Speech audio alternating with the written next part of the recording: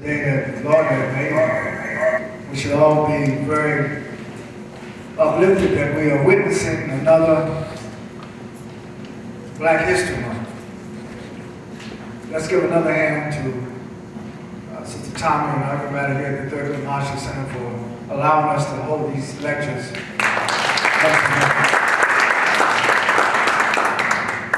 We gather tonight at a very propitious time for Black Americans, actually for all Americans. There's a lot going on in the world.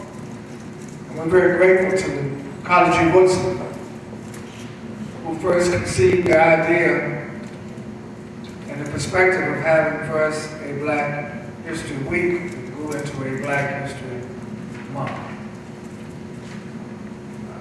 We have a lot of great speakers coming. So I'm not going to be long-winded tonight because I'm looking forward to our collective discussion. But I do want to just highlight something about the African-American owned newspapers, the Black press in America. In March of 1827, 189 years ago, the first African-American owned newspaper was published in New York City. And the name of that newspaper was Freedom's Journal. And while it was a newspaper, it was committed to the liberation, to the empowerment, obviously within slavery, that was at its height at that time. But the publishers weren't just publishers, they were also freedom fighters. And that's why the name of the newspaper was Freedom's Journal. And it was a big debate in that first edition of Freedom's Journal about whether or not once we escaped or were freed from slavery in the Deep South and the neo-slavery in the Up South, up north, will we go back to Africa? And there were a lot of debates among those who were abolitionists of slavery, really could not come to terms with some unity on whether or not we should stay here in the United States or stay here in the colonies at that time or go back to Africa. If you study the writings of brothers and sisters who were freedom fighters from that period up to this day, there's always been a tension of should we really speak, not should we really speak the truth, but how we speak the truth so it reaches the greatest number of our people.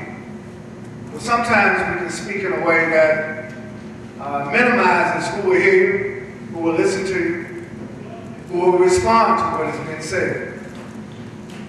If you talk to your grandparents or if you happen to live to meet your great-grandparents, and even your parents today will tell you that a lot of us have to learn how to read between the lines. That we publish one thing, we're very public, but between what we publish was also a message to our people. When W.B. Du Bois was one of the founders of the NAACP, he titled the first Black magazine as Crisis.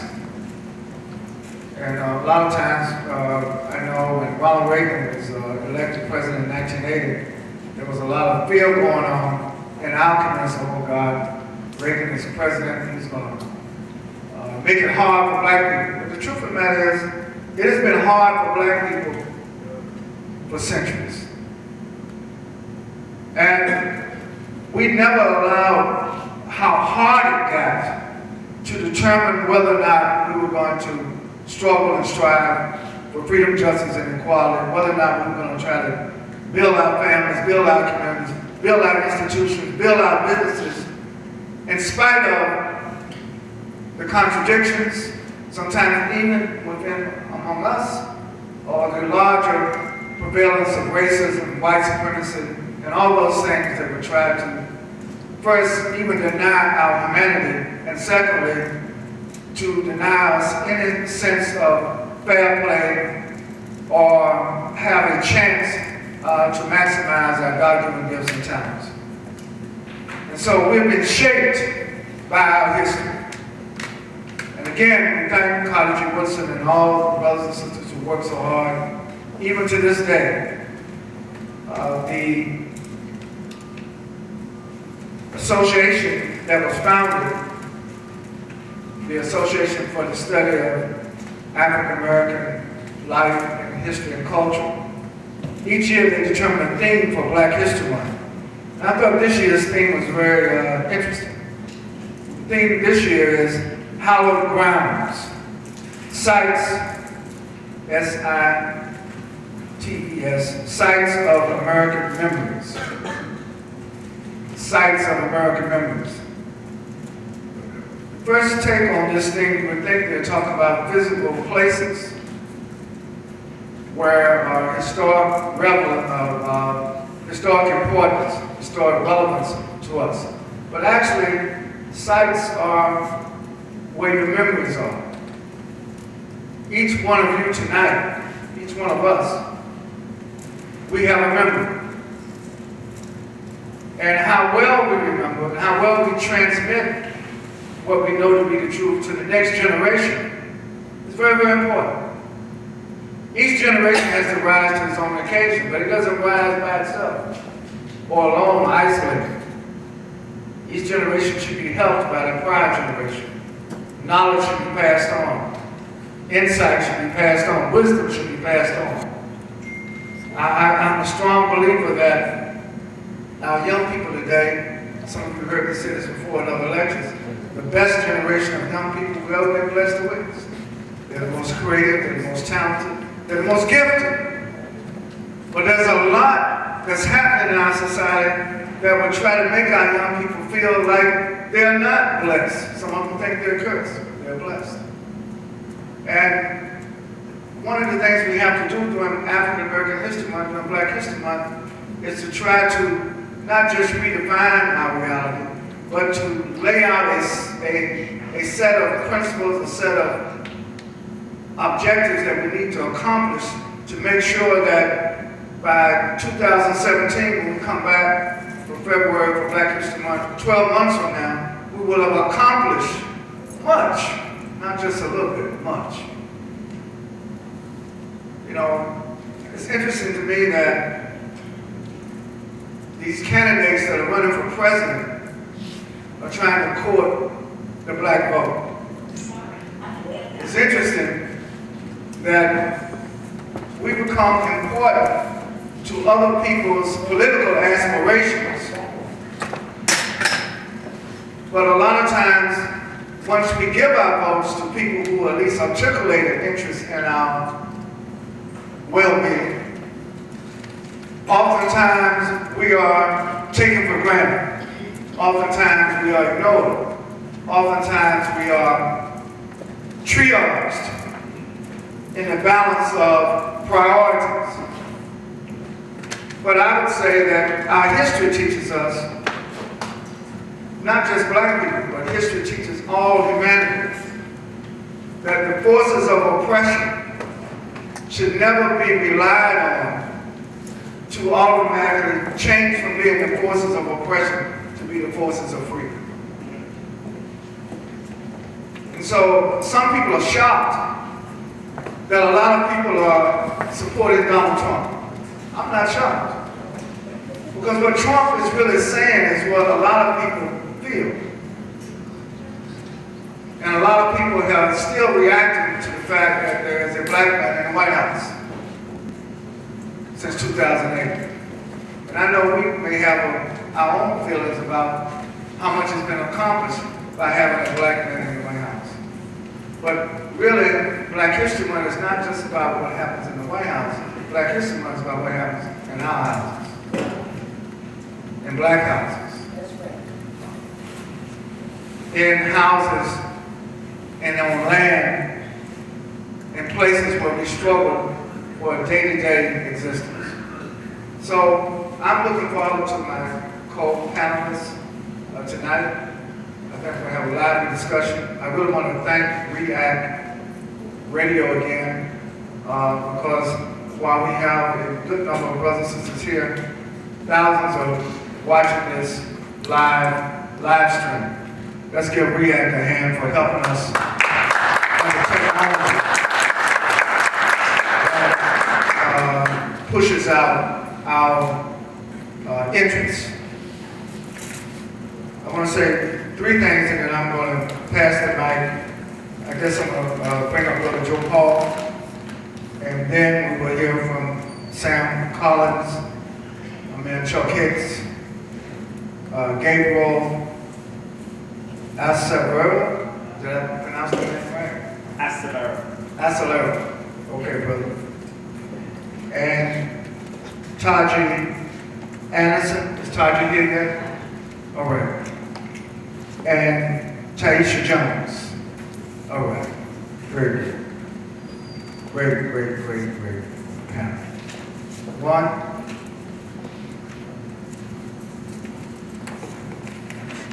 We have a responsibility to raise up a new generation of freedom fighters. Two, it will not be easy, but it has never been easy. But I would say we have more opportunities today than ever before to raise the conscious level of our people to a higher height. Number three, and lastly, I think that our struggle here in the United States for freedom, justice, and equality needs to be put more on a global stage. We are not fighting for freedom just for ourselves and the continent of the United States. And our brothers and sisters in the Caribbean, South Africa, Southern Africa, in Brazil, in Europe, all over the world, are also engaged in struggle. It's very interesting to me, if you travel outside the United States, you find out how people of African descent pay attention to what we do here in the United States. They pay attention to what we sing, to what we write, to what we paint, artistic. They pay attention. We are trendsetters for the black world. Not just for black America, but for the black world. And a lot of times, I just want to remind us that nothing confines our aspirations except sometimes fear or sometimes not pushing ourselves to, not a limit, but pushing ourselves to our true human potential. I think the greatest tragedy in life is to live your whole life and not discover all of what you have inside of you to give to the world and to give to others. So, brothers and sisters, I just want to thank you for listening. On behalf of the National Newspaper Publishers Association, we have 206 black-owned newspapers left in the United States. There used to be over 500. A lot of them are struggling economically because to be in the print world when everything's going to the digital world, there are challenges. But in the digital world, that's driven by content. And I tell my newspaper publishers, you're content rich because nobody else documents, nobody else records, nobody else restates what is happening in our community but our own press. And so we should value it, we should support it.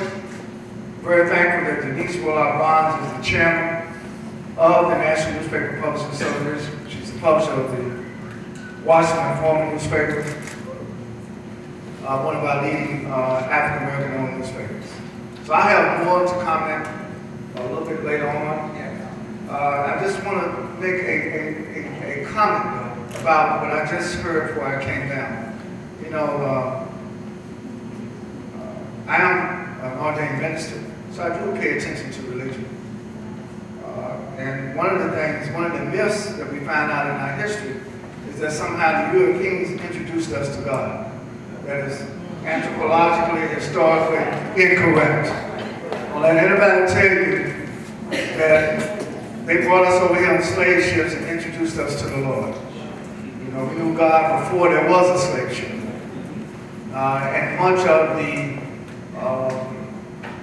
evolution of what is known as religion, and religious symbolism, and religious impact, religious dance, religious culture emanated first out of Africa. And so when we say we have the spirit, we're not talking about spooks, ghosts. We're talking about something that connects us with our ancestors on a spiritual plane. And I think that the spirit of our people has to always be revived. But when I was coming down the steps, I was listening to some brothers and sisters in South Carolina arguing about which candidate they're going to support. And I was saying, to me, it's very strange. You know, South Carolina is still a place that's oppressed, even though it's a predominantly black community there. Many are not registered to vote, they don't participate. But the vote historically has gone to the Democrats. So anyway, what point I'm trying to make is that, you know, the Pope, who was the first Latin Pope, made a comment about anybody's trying to build a wall that separates human beings, but not Christians. So people say, well, you know Donald Trump is not going to say nothing about the Pope. Well, look, Donald Trump will say something about anything, including the Pope. So he fired right back at the Pope. But it's interesting to me, all these other Catholics who say they are Catholics running for president, guess who they sided with? They're not siding with the Pope, they sided with Donald Trump. So that tells you that even religion on the other side of the aisle is more symbolic than real. Because when your faith is put to the test, it's interesting how people choose man over God, even in the political debate. And it tells you something about how serious they are in terms of faith. Because a lot of times religion is used as something that's to put us to sleep rather than to wake us up. I'm not going to go too much deep in that, but I think y'all know what I'm talking about. We have to be wide awake. You know, wide awake every day. You know, should rest, but rest always been quick to wake up. Don't be lulled by the fascinations and the imaginations of those who have power to try to keep us divided, fighting one another over one of them, rather than having greater solidarity among us. We are so blessed. We spend $1.3 trillion every 12 months. I'm not talking about money being a blessing, I'm talking about how do we spend this money? What institutions are we building with our money? What are we investing in with our money? You know, and there are people, other people who come to our communities, they provide a service sometimes, but it's really like a vacuum cleaner sucking the capital out of the community. And we should be building our own. That's why the Thurgood Marshall Center is so important. This is a community center that serves the needs, not just of the Shaw community where it's located, but all over the city. Tom, I want to thank you again for having this lecture series. I'm looking forward to the points that my colleagues are going to raise. So brothers and sisters, let's please welcome now Brother Joe Paul. He's our special guest speaker. Let's give him a round of applause. He's a life coach. And we're looking forward to his presentation. God bless you, man. Thank you. You all hear without this? Fantastic. I'll take that. No, keep the mic. Keep the mic, man.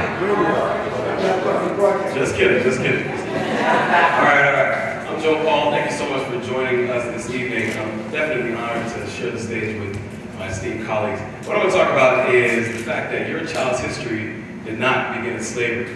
And this is inspired by everyone. How many people are stay up late at night or are up early in the morning, occupy my thoughts, ideas?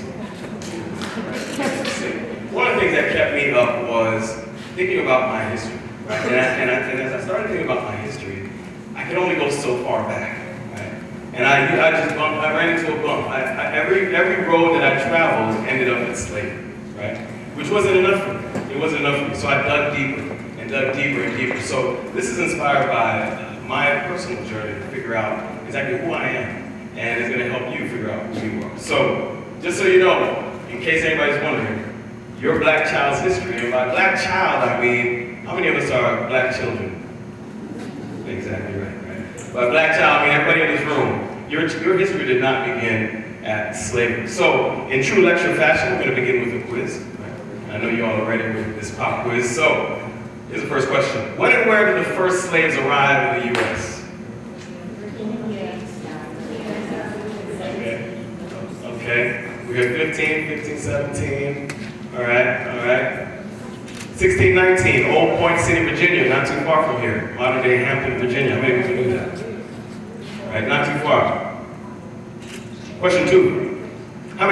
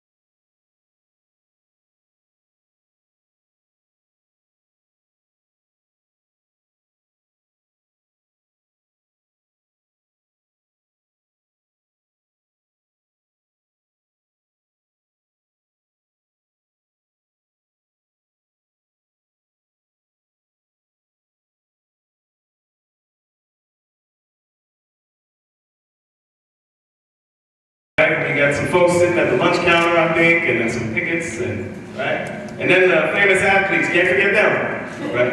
Can't forget the inventors, the entertainers, right? This is basically what we learn in the classroom, right? That's exactly what we learn in the classroom. There's an old African proverb that says, a child educated only at school is an uneducated child.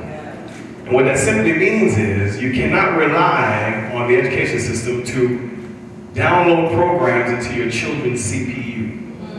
Okay? Your children's CPU, their central processing unit, is their brain. What you allow to go in there are programs. And in programming language, garbage in, what? Garbage out. Absolutely. Knowledge in, it works the same way. Right? So, what is this?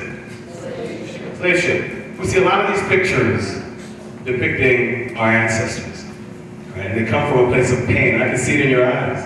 Because you are directly connected to these folks who were forced into this position. You're directly connected. These are your descendants. Right? The blood of these people here, these heroes and sheroes, flow through your veins. And the knowledge that they had to go through so much so we can be sitting here today should be powerful enough. But I'm not going to stop there, right? Let's pay attention. This is where the majority of the slaves came from, right? Remember I was telling you, I'm trying to figure out where I came from, right? And I know it was deeper than slavery, I know that, right? And my history is your history too, all right? If you're black like me, my history is your history as well. And so when you look at this, right, between 1526 and 1868, a year before who was elected? Boom, gold star, right? Some 12.5 million slaves have been shipped from Africa. And 10.7 million of them arrived in the Americas, right? So all these folks right here, a majority of the people who came to the United States came from right here, okay? Right in this area right here, okay? And then they traveled up here. Some ended in Haiti, right? And some ended in Brazil, and so on and so forth. So this is basically where a lot of the slaves were stolen. Now, this is the same map, right? Of what country? Africa. Continent? Pardon me. What country? Continent, right? What continent? Africa. No wonder y'all didn't answer. You're like, because it's not a country, bro. Good one. Gold star. So, this is the map of the same continent I just showed you, where they took the slaves from. Now, what I want you to pay attention to, everything that you see in color, and even in the gray area, are empires and kingdoms. Okay? Where they took us from, right here, are empires. Some of the greatest empires in the world came from right here, right? Let's zoom it in a little bit. How many people have heard of the Songhai Empire? We're going to talk about it in 2 seconds. How about the Mali Empire from 1230 to 1600? The Ghana Empire, right? The Ashanti Empire, Nigeria, Kingdom of Dahomey, right? And you know what? This is ironic. Kingdom of Dahomey. Dahomey got a kingdom. I love it. Now, here's some things you didn't know about your African heritage, okay? Can we all agree that we're Africans? Yeah. Right? We're African Americans, but what's before America? Absolutely, right? Don't forget that. You're directly connected to these kings and queens. You're directly connected to these empires. That's why I walk around with my head held high. I know from something, right? Let's keep going. I ain't coming here to preach. I don't want to raise the offering. Let me tell you, the human race is of African origin. Now, there's power in knowing that everyone you see around you, whether they're white, Hispanic, Chinese, come from you. That's right. You understand what I'm saying? There's power in that. You have to walk a little taller with that knowledge. Knowing that anyone you look at comes from you. You come from Africa. The oldest known skeletal remains came from somewhere in Ethiopia, 195,000 years old, right? They dug this stuff up. They didn't make this stuff up in a book. People weren't telling stories about this. There's proof that it came from Africa. Now, what I want to spend some time on is showing you some pictures that you really should recognize, because these are your ancestors. And by ancestors, I mean the same blood that flowed through their veins are flowing through yours. The same power they had back then is flowing through you. The same knowledge they had back then is flowing through you. That's power. Who is this? Well, everybody's failing the part 3 of the quiz. Close. No. Akhenaten. How many people have heard about Akhenaten before? Now, let me tell you why that's profound, okay? A lot of religions came from this man right here, what he created. And this face, they didn't get a chance to blow this nose off. Right? So we know. Doesn't this look like a relative?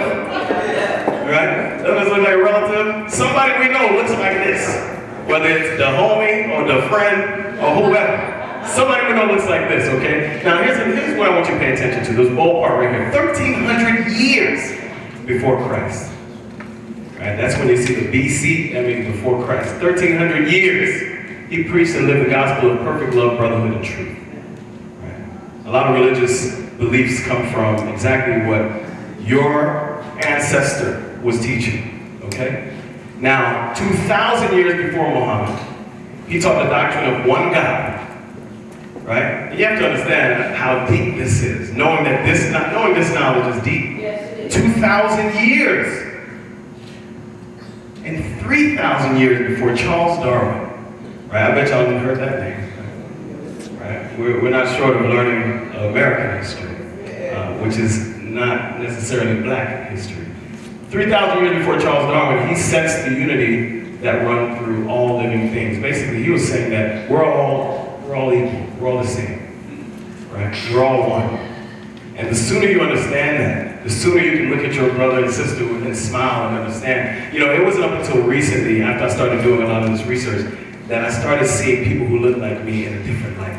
I started seeing the beauty in my black brothers and sisters. You know, whether they had a smile on their face or not. I just looked at them like, gosh, look at these kings and queens.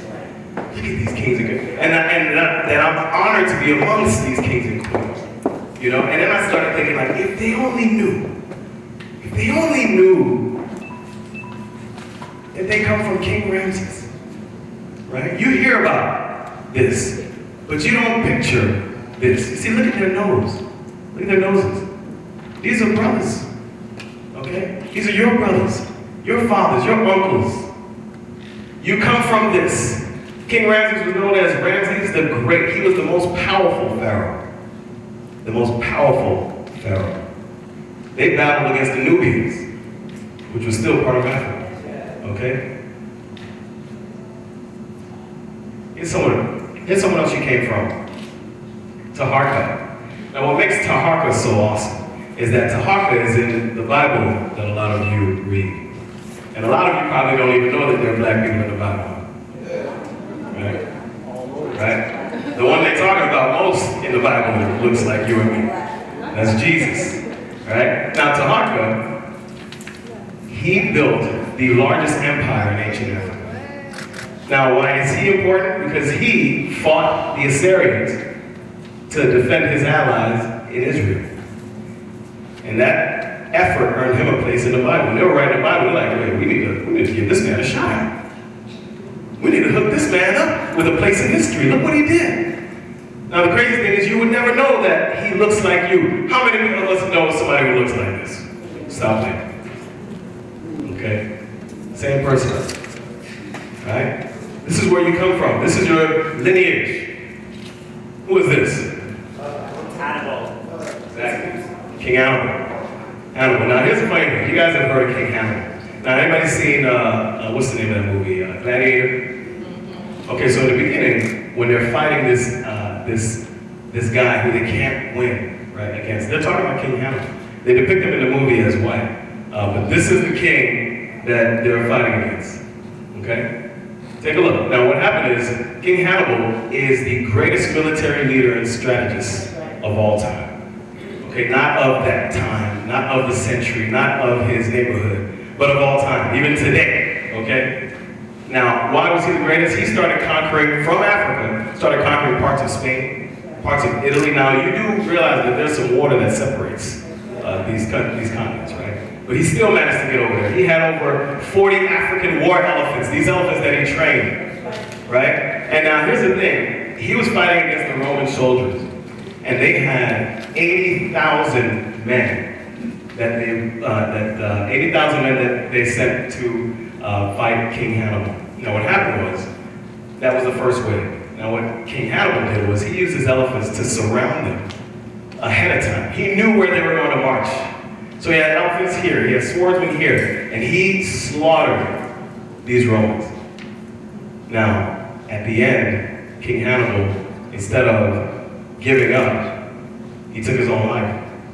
Because their army, they sent another 160,000 more men, and it overwhelmed them, right? But as a true warrior, this king's blood who runs through your veins, he'd rather take his own life than accept defeat. Now, do you know how powerful that is? You know how powerful that is? To be so proud of who you are and whose you are, and the knowledge of where you come from, to be that kind of warrior that you'd rather take your own life than let the enemy defeat you. This is the blood that runs through your veins. Who knows what this is? Gold Star, Mansa Musa, right? Now, here's what's awesome about Mansa Musa. Now, what I'm sharing with you is all of these kings and queens come from the area that I was explaining to you earlier, where they took a lot of the slaves, okay? Now, King Mansa Musa, what makes him so awesome is this man was the bling king, okay? He was the bling king. This man had everything. He had a net worth of over $400 billion. Okay? Not the 63 that you hear and people calling him the richest ever. No. This man is the richest man to ever walk on this planet. Okay? Now, it's not based on stocks or paper money or fake stuff. This is based on resources, okay? Gold, salt, ivory. He knew what he had. He knew exactly what he had. Now, I want you to understand, this blood, the blood of this king, is running through your veins. Accept that knowledge, right? It's going to be difficult for a lot of people to accept that. Now, are you sure? Like, I mean, how do I know? I didn't do Ancestry.com. Are you still? Sometimes, okay, if a message can come through a burning bush for somebody, you got to be able to accept the message in front of you, okay? This is where you come from. Who's this? You know, I couldn't leave the queens out. I couldn't leave the queens out, okay? Because these kings would be absolutely nothing if it went exactly. Hey, look at you, that's all right. Doc says, Doc knows, he said he's supposed to know it. So absolutely, that's Queen Zinga. Now, what's amazing about Queen Zinga is the Portuguese slave hunters were trying to take over. They were trying to come in and take Africans and steal Africans and sell them into slavery. They were starting to defeat her brother's army, right? The same brother who took her only child's life. But she still stood up. She had this, look at her, I mean, look how regal she is. I mean, look how regal she is. She had this way, exactly, this way about her that people just had to listen. She had this political tactness that you just had to bow down to this queen, naturally. Who wouldn't bow down to that? Who wouldn't bow down to her?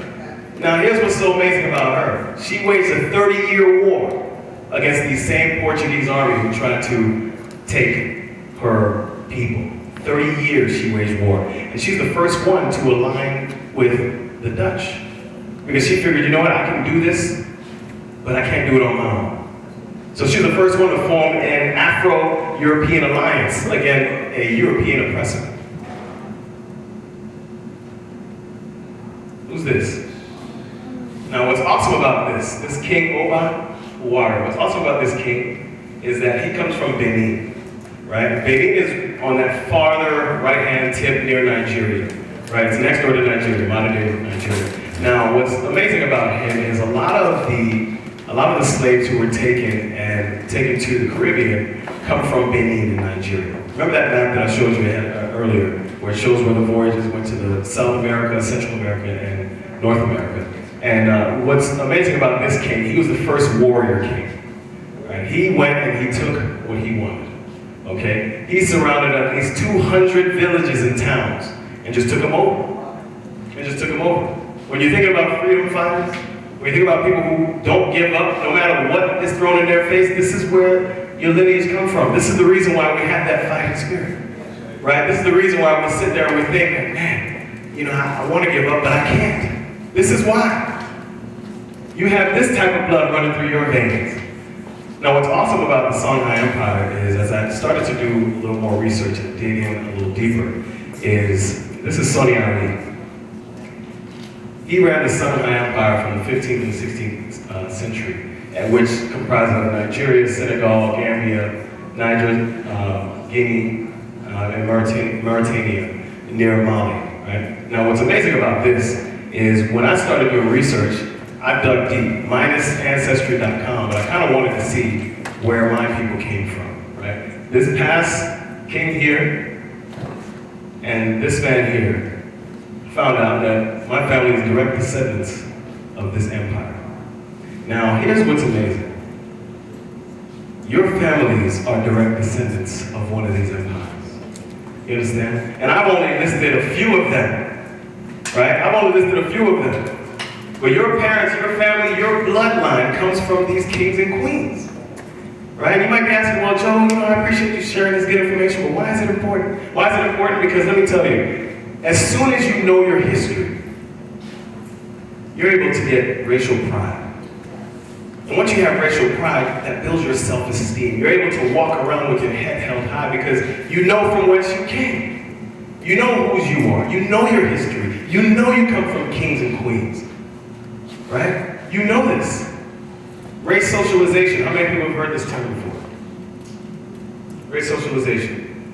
Now, what race socialization basically is teaching your kids about their culture, teaching them about their history, right? Teaching them about who they are, not relying on the school system to teach them about who they are, right? That's what race socialization is. Teaching kids about their culture and involving them in activities that promotes racial pride and connection. The reason why a lot of our people are disconnected is because they don't know their history. And they falsely believe that their history began in slavery. They falsely believe that that's what's running through their brain, that's what's running through their blood, that defeatist blood, right? Every picture that they show you is in black and white, so you can't connect to these people, right? When you see color like we see color, it's like it's live. You have no choice but to feel a connection. All these pictures that I showed you felt a connection, right? Now these two gentlemen, go back here. These two gentlemen, Ming Tae Wong and Jane P. Hewley at Pitt and Harvard respectively, said when African American parents, right, they did a study, and they said when African American parents instill a proud, informed, and sober perspective of race in their sons and daughters, these children are more likely to experience increased academic success. Right? The reason why that's true is because every other race automatically has a proud, informed, and sober perspective of their history. We rely on everybody else to help us understand what that is here in America. We automatically disconnect with our African heritage. We falsely believe that we began in slavery. And that's why you see the discrepancy between African-born children who come here and start excelling in school. The reason why is because they don't connect to the slavery part. Do you understand? Their history didn't begin with slavery, right? So when you have that, when you don't have that burden, it's real easy to excel. It's real easy to be proud because you know you come from kings. Now the difference between African-born students and African-American students is nothing. We all come from the same place. We all come from the same place. The great Marcus Garvey said, a people without the knowledge of their past history, origin, and culture is like a tree without roots. And trees without roots, what? They can't stand. That's why we see our brothers and sisters falling, because there are no roots. And if they don't know their roots, that's because they don't know their past history. It's hard to stand when you don't have roots. It's hard to stand when you don't know that you can stand on the back of kings. When you can stand on the back of queens. It's difficult to stand, right? We can't reasonably expect people to be proud of where they come from, especially those who look like us, if they don't know their history, right? They don't know who to be proud of. That's where we come in, right? Look at all, this is what you have to be proud of, right? There's some startling facts up there. And it's just a way to help you understand what we need to do back home. Okay? It's your responsibility to teach your children about their history beyond slavery. It's not the school's responsibility. It's not your neighbor's responsibility. It's not Thurgood Marshall Center's responsibility. Right? It's your responsibility. In this age of information, ignorance is a choice. Ignorance is a choice. If you don't know something, you're choosing not to know. In this age where we have smartphones, ignorance is a choice. In this age where you can ask your phone a question and it gives you a response. I remember growing up in an age where if I wanted to know something, the first thing I grabbed was the bus schedule. Because I needed to figure out when the bus is going to take me to the library. Then when I got to the library, if it was open, hopefully, I waited till it opened and got in. Then I spoke to someone who worked there. Then I asked them to direct me to a place. Then they showed me this microfiche where I had to try to figure out what. You understand? Now, all we need to do is ask a question. We don't have those hurdles that we used to have. So if you don't have knowledge of yourself, you are the only one to blame. Right? And your children need you to teach them their history. We cannot rely on an education system that simply restricts our history to slavery, or the civil rights movement, or the entertainers, or the athletes. We're a proud people. We come from kings, queens, inventors, architects, engineers. Africa was the first place that arithmetic was born, where mathematics was born. That is in your vein. If you're good at math, chances are you came from one of those tribes. Right? So I'll end with this. Everybody who can hear the sound of my voice, you're responsible. You're responsible for people who are coming behind you, and you're responsible and accountable for people who came before you. We can no longer leave the teaching of African history to anybody else but ourselves. Thank you so much for allowing me to speak. Thank you very much. Let's give Joe another hand. Thank you. Joe Paul. All right. So, Sam and the other panelists, Chuck, you want to come up? You want to come up one by one? How would you want to do it?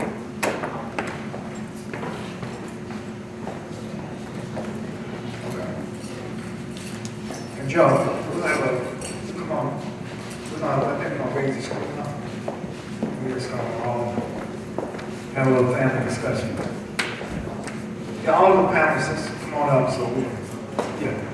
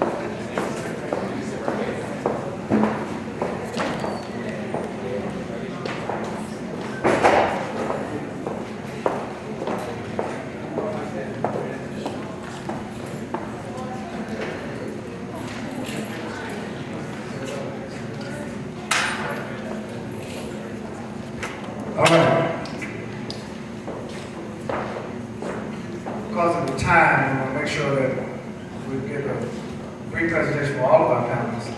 Then we're going to open up and have a discussion. It's going to be a family discussion tonight about the importance of Black history. Let's hear first from Sam P.K. Collins. How y'all doing? We're excited today, y'all. Let's lock up the room. It's called an intersection. Everybody lock it up. A whole lot of clapping. I'm very excited tonight to be here, to speak before an audience, multi-generational audience of people who are very passionate about our history, our past, our future, and our present, and who are ready to continue this movement for self-determination and for our freedom and for our worldwide liberation. For those who don't know me, my name is Sam P.K. Collins. I'm host and founder of All Eyes on DC, and I'm editor-in-chief of WI Bridge, a millennial publication based in DC.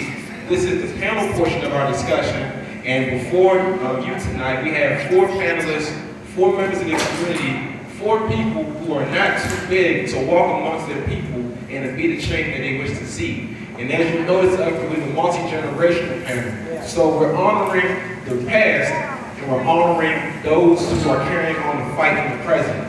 And these are the type of discussions that we need to have every day. Not just Black History Month, because every month is Black History Month. This country was built on the backs of Africans. We're not slaves, we were enslaved Africans. Before we came on the ships, we were mathematicians, we were geographers, we were building things, we were creating the world. They took our talents and used it to capitalize on it. As a matter of fact, that's how capitalism persisted. That's how it persists today. Food for thought, y'all. All right, so let's get into it. Who's ready to get into it? Let's do it. I need another hand.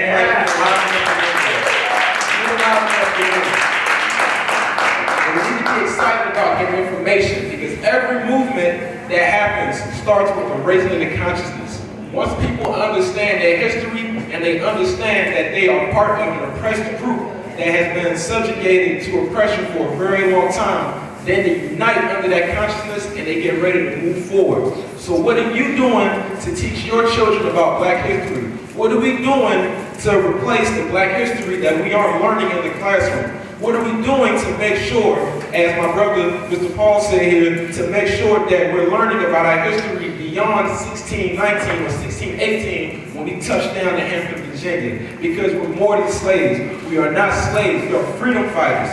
We are innovators. We are people who are ready to make a difference. And it's not about titles at all. It's not about titles.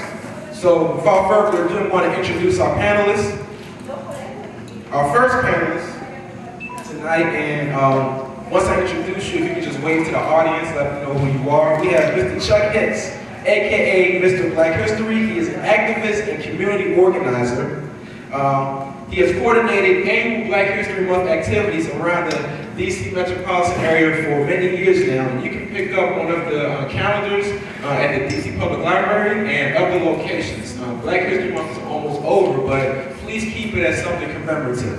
Mr. Hicks also boasts a storied history of union activism, community service, and education, inspired partly by his father's role in the creation of the Deacons for Defense. All right, let's give him a hand, y'all. Thanks for coming through. Next to Mr. Hicks is none other than Ms. Taji Anderson. She is also a Black history advocate in name and in deed. She lives Black history and she breathes Black history, trust me. All right. She is a descendant of African American pioneers and a staunch advocate for the teaching of Black history in homes and schools. A former agency training and diversity officer in the DC Department of Transportation, she pushed for a university system within that office that stressed diversity and aimed to increase the inclusion of people of color in these positions. And I really want for her to talk more about that as we get more into the discussion. Let's give Ms. Anderson a hand.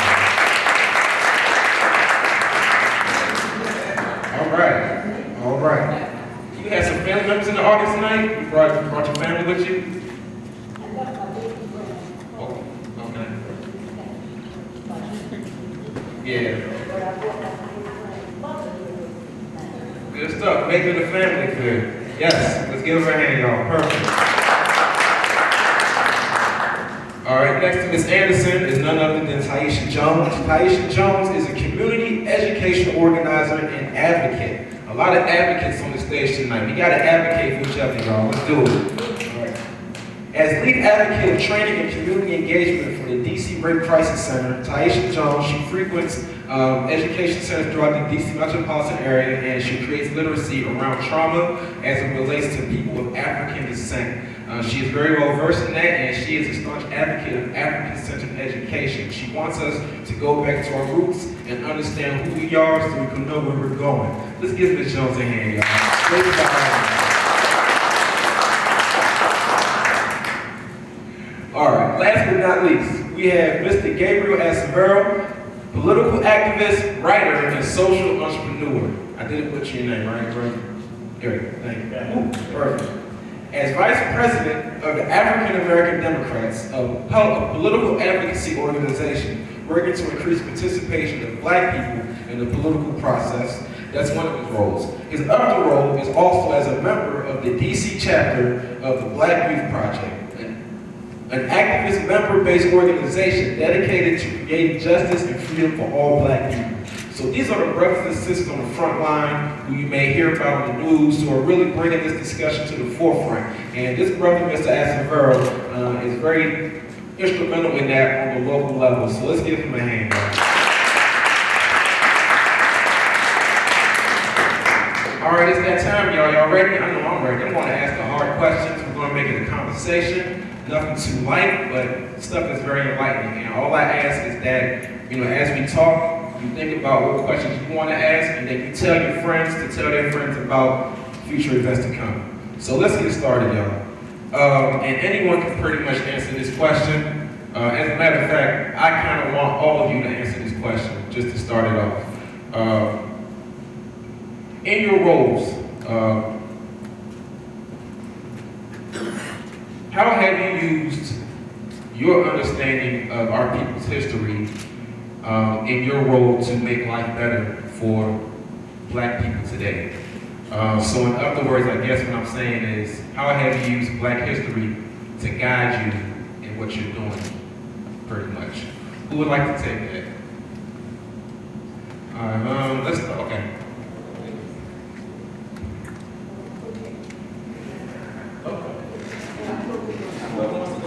I'll go first.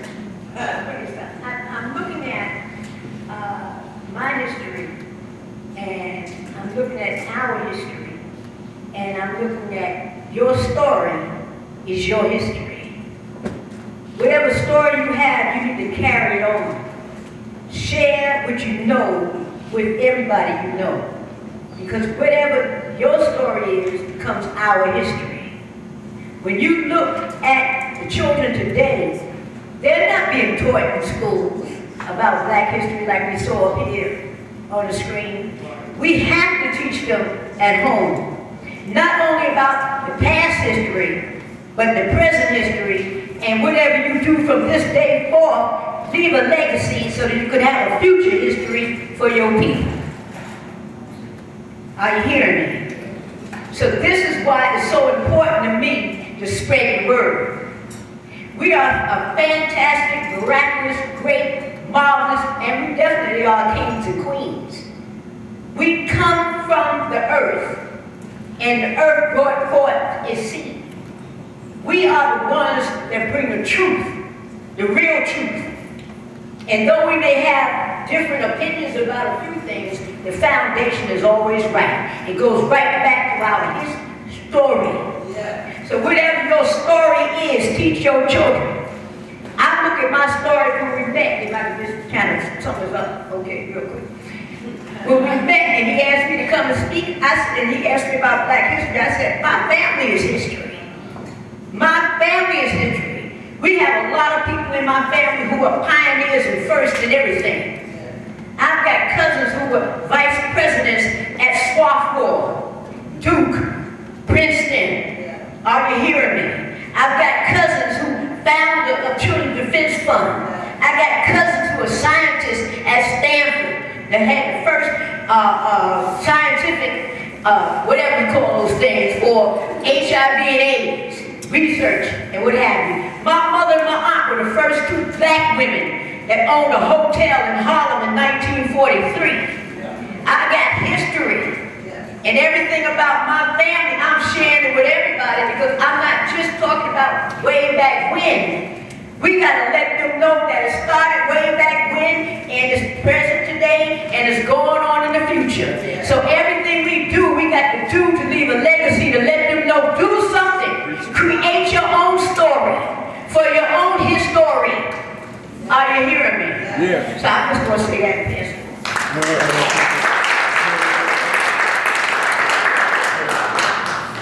First, I'd like to say peace and thank you. I think the ancestors for allowing me to be in this space today to speak to you all and to be amongst my elders and forests.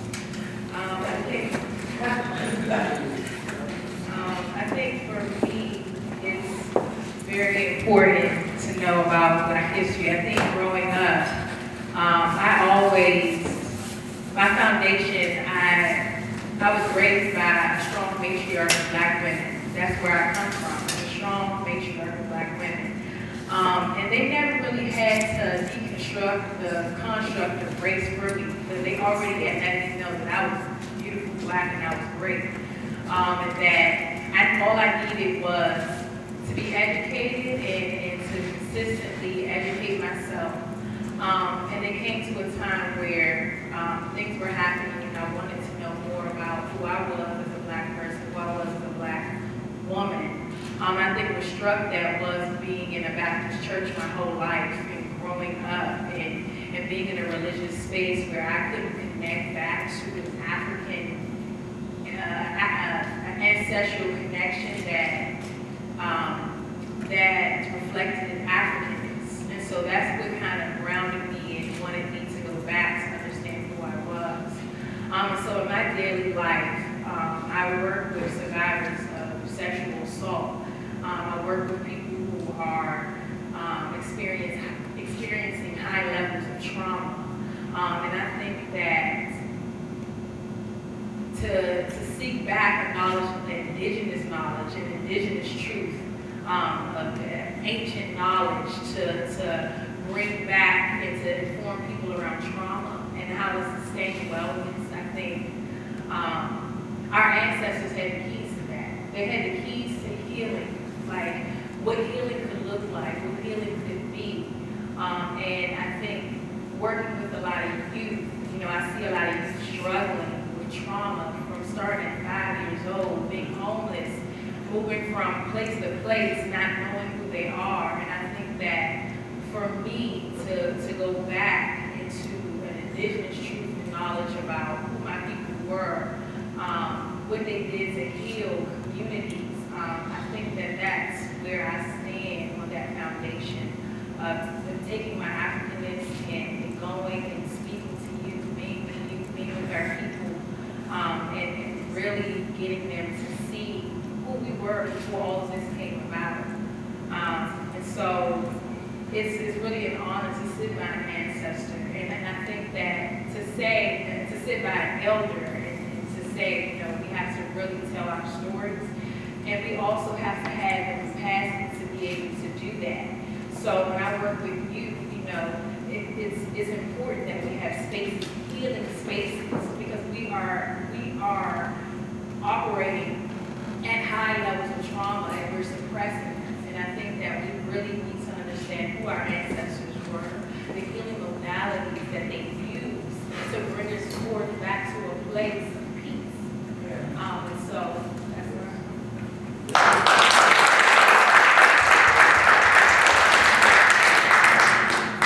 Peace, everyone. Good evening. My name is Gabriel Asadero. Really quickly, I'm originally from Trinidad and Tobago. Anyone familiar where that is? Oh, yeah. Right. So I was raised in a Black nationalist, Pan-Africanist household. All right, in Trinidad and Tobago. Trinidad and Tobago is a country that gave us people like C.L.R. James, who wrote The Black Jacobins, the real account of the Haitian Revolution that was banned in Europe and the US when he first published it. Trinidad and Tobago gave you people like Stokely Carmichael, who came to Howard University, right? And like Marcus Garvey, any black immigrant that tries to awaken black folks in this country, we gotta ship them back, right? And so that's what they did to Stokely. Pretty much the same thing they did to Marcus Garvey. Like, what is this black guy trying to wake up all these black folks here? But in addition to that, Trinidad and Tobago was a country that gave us Michael X, the abolitionist in London, that worked on civil rights and Pan-Africanism. That's where I'm from. So it gives you an idea of, and I think it's important to note that no one is independent of their history. None of us in this room. All right? And while I recognize that I was born in Trinidad and Tobago, as I tell people, understand that Africa is the manufacturing plant. And there are assembly lines all over the world, in the Caribbean, in the US, in Latin America and whatnot. But ultimately, wherever we are assembled, the parts come from the original equipment manufacturer, which is Africa. So at the end of the day, we are black, we are African. But to continue, with my story, I was born and raised in Trinidad and Tobago, raised in a Pan-Africanist and black nationalist household. I'm grateful for my parents who instilled in me that kind of a consciousness on who I am, who my people are, where we came from, and the importance of black men and black people understanding who they are, because when you navigate a society that criminalizes, that dehumanizes, that tells you that who you are is inadequate, it's important for you to know that, because it helps you navigate this world that we live in. And so I'm grateful to my parents, because not only did that upbringing make me the person that I am today, but it informs my work. Right? As did with CLR James, as did with Michael X, as did with Stokely Carmichael, as did with Eric Williams, who taught at Howard University and was the first prime minister of our country, who wrote Capitalism and Slavery. They were mentioning slavery earlier. And in history books, we're taught that in 1838, the British ended the slave trade because, it was morally wrong enslaving people. And Eric Williams, who was the prime minister of our country, wrote a book called Capitalism and Slavery, when he was arguing, well, to the contrary, that they ended slavery because it was no longer economically feasible. Right? And like CLR James, they banned his book in the US, in Europe, and a lot of Western countries, because it's like, well, who are you to have the audacity to awaken other black people, onto what is really taking place in our society, right? And so I'm grateful for my upbringing. I'm grateful to my country, Trinidad and Tobago. And just, also something that I want to add, that when the civil rights movement and the subsequent Black Power movement was taking place in the United States, Trinidad and Tobago was the only country to have had solidarity riots in Port of Spain, our capital, because of what was taking place over here. People filled the streets, they damn near burned down the Capitol, and they asked that the US ambassador be sent back for human rights violations. So when we talk about black history, as Brother Chavez mentioned, it's important for us to look at it in the context of the diaspora. None of us are independent of our history. Some of us arrived to where we are today before others, but we have a very similar history. And so that informs who we are, it informs our work, it informs my work and what I do around organizing and ensuring that as black people that we are engaging in the political process. Because whatever your thoughts are on politics, on candidates, and the entire process, ultimately that is where decisions that affect you are made. From economic justice to social justice to police brutality to mass incarceration to criminal justice, all of that is dictated by the political process. And when we fail to engage the political process, that ultimately leads to our oppression. And in a sense, we are complicit in our own oppression when we refuse to engage in the political process. Because they are making decisions on our behalf without us and assuming that the outcome is going to be good for everyone. When I was in North Carolina getting out the Black Youth Vote with Black Youth Project, I saw a quote that has stuck with me today, and I think it's so important and certainly something that we should all remember when we look at issues that impact our community. It said, anything about us without us is not for us. No. Right? Right. And so it's important for us to ensure that we're engaged in the political process, we're organizing our people. But a big part of that is understanding your history because it informs future decisions, where you'll be going, what you do. And I'm proud to have been raised by parents who understood the importance of their 6 children, understanding who they were, where they came from, and what it means to be Black, not just in this society, but in this world. And so I'm grateful for that because now I'm doing organizing work and I'm doing political advocacy, and I realize the importance of it because of that upbringing that I received. And so a big part of that is Black history and understanding, that the oppression is not new, but there have been folks who have come up against the system that is intent on oppressing us and have gotten what we wanted. So we have that capability. We just have to organize now. We're not outnumbered, we're out-organized. And so a lot of Black history, a lot of my, where I'm from, how I was raised, informs the work that I do today. And so I'm very proud of my upbringing. And let me just say, to what the sister said, that I am also blessed to be here amongst, my fellow panelists and amongst the elders in the room. Right? You are the folks who have gone before us. We stand on your shoulders and we're grateful for you, and I appreciate you, and I wanted to acknowledge you and to also answer that question. Thank you.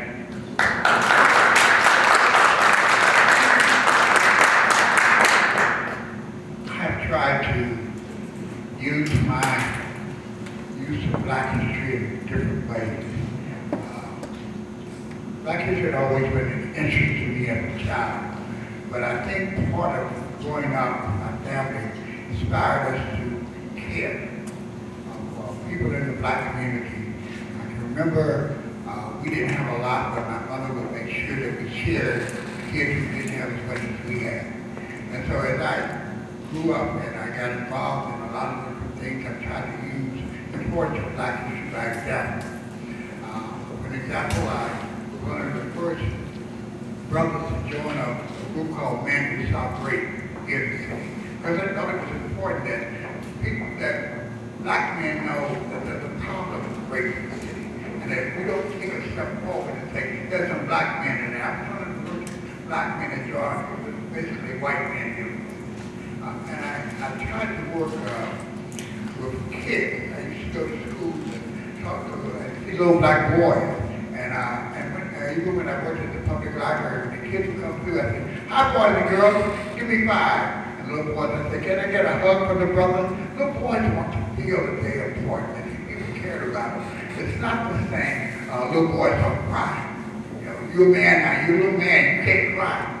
You have to have feelings. I try to express the importance of boys and men have feelings. When you have feelings, you learn to care. I think I've tried to use my position when I was president of the union with Black history to talk about the importance of voting. When I've been with, as a person with the Commission on Aging, talking about the value of seniors, and what they can do as a collective group in terms of making change, and how it affects us as African Americans.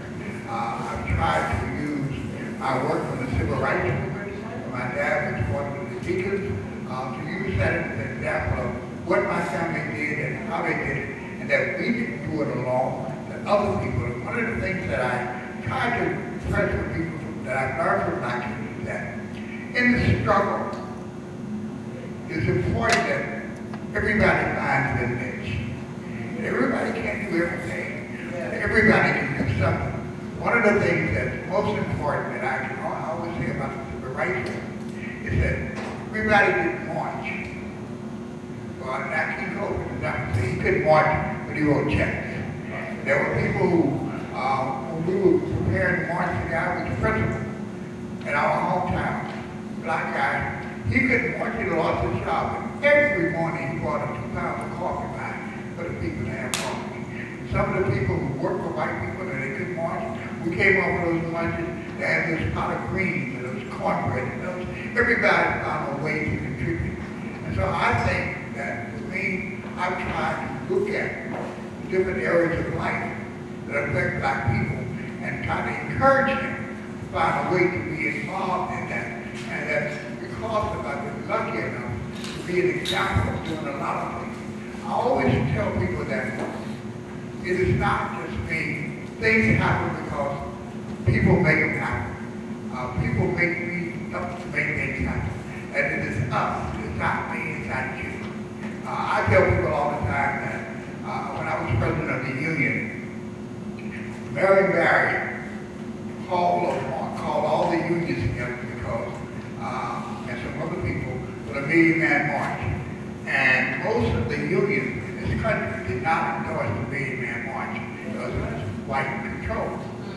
And one of the few places that could control would endorse the march was in D.C. because most of the unions in locally were black. And I chaired the host committee of the union to organize for the Million Man March. And I was talking about coming out of Bogalusa, Louisiana. And Dr. Katie said, "You from Bogalusa?" And he said, "I know about it." And we talked about the leader. And I told him my dad was a mom. He said, "I want you to speak at the Million Man March." And so I spoke to labor.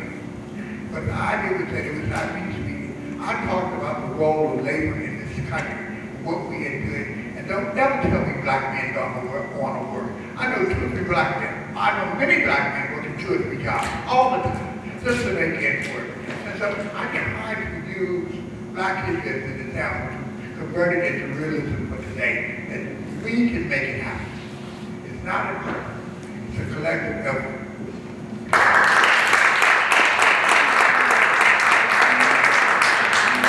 I come from Haitian immigrant parents, and I know a lot of people are like, "Why do you use Haitian?" I'm like, "Well, how does a Haitian look, right?" It looks just like you and just like me, right? And they both have the equivalence of an 8th grade education, but they maintain the wherewithal to encourage me and my 9 brothers and sisters to take advantage of our American education. They thought that that's one of the ways that we can separate ourselves, or at least break this cycle, this unbreakable cycle to some. And one of the ways that I use my voice to share information about our history is one person at a time. And I do it with people who don't look like me.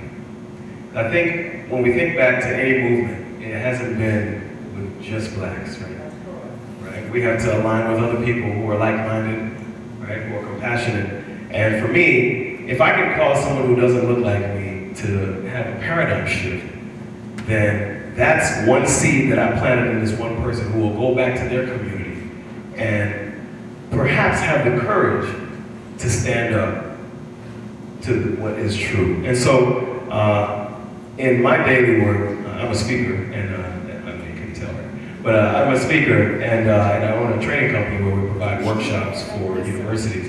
And every opportunity I get, I help people understand and try to dispel the myth of black men. Because, you know, the darker you are, the more menacing they think you look, right? And so I try to dispel that myth, right? I love my dark skin, and I know I come from kings. You understand what I'm saying?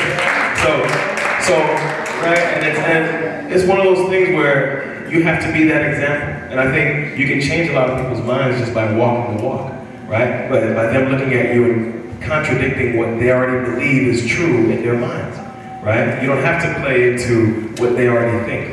But that's basically how I do it, one conversation at a time. I marches and connect, you know, I do all those things too, but I think any chance I get, whether it's on an airplane, whether it's in a classroom, whether it's with colleagues, I try to help them understand that, you know, what you think and what the news has been reporting about people who look like me is not true, right? That's part of a system that was created to oppress us. Part of a system that was created to make you think and falsely believe that we are animals, right? That we're uncivilized. I said, and it can't just be you thinking, oh, well, you know, Joe, everybody else is like that. You're the good black one. Like, you know, believe it or not, it's reversed. There are more people like me than there are the ones that you see on television. Right? Helping them understand that. Helping them understand that, hey, it's not because of us that we're behind. Okay? It has a lot to do with a system that was created hundreds and hundreds of years ago that we're still feeling the effects of today. Right? So you're absolutely right. It's not that black men don't want to work. I know plenty who are ready to work. But it's difficult when they have that F word, which is the new N word, attached to them. That F word is felony. Right? And so that automatically gives people the right to discriminate against people who look like you and me. And those are the people who have that F word attached to them most. The new N word is the F word. Right? We've even gotten, as a society, a black community, where we shun people who have that F scarlet letter. Right? Where we won't even open our doors to them because, oh, well, you're a criminal. Right? What we need to understand is that there's a system that was created to lock people who look like me and you up. Right? Off of felonious charges, like drug charges, drug possession. There are people who are serving life sentences right now for having a couple of joints in their pockets. Right? There's a reason for that. There's a reason for that. It's not that black people don't want more. It's not that we aren't. I mean, it has nothing to do with that. It has a lot to do with us fighting backwards. We're in the negative. We're in the negative. We're in the negative. And that's why these things are important for us to communicate. It can no longer be us preaching to the choir. We need to bring other people here. Because everybody in this room is like-minded. We know what we need to do. Right? We have to stop talking to each other and start talking to people who are not here, who should be here. That's all I have to say. Thank you. All wonderful responses, and I learned a lot more about the panelists up here as they spoke. My next question, will focus more on international affairs. Tonight, we talked about our history beyond slavery, and we have a lot of first-generation Americans on the stage. So my next question is going to focus on that. 3 years ago, on the 50th anniversary of the founding of the African Union, representatives of the African Union, they designated the Western Hemisphere, the United States, the Caribbean, and other areas where black people live as the sixth region of the African diaspora. So now you have African leaders, they're bringing up this consciousness of the worldwide African community. They're keeping in mind that we are in fact one African people, and we have been dispersed all around the world. So now they're trying to find ways to unite us and to make us work globally across the Atlantic Ocean and so forth. While it's good on the policy level, one has to admit that there are certain misconceptions on both the African American side and the African and Caribbean immigrant side. Misconceptions about what group does, which group does, certain stereotypes, why certain people are in the situation that they are right now, and that has hindered relationships, right? As we work to internationalize this movement and to get people involved in all sectors of the world, how do you plan in your work to bridge this gap and to bring our African and Caribbean brothers and sisters into the fold so that they too can celebrate Black history and that they can understand why it is that black people in this country are in the position that they are right now?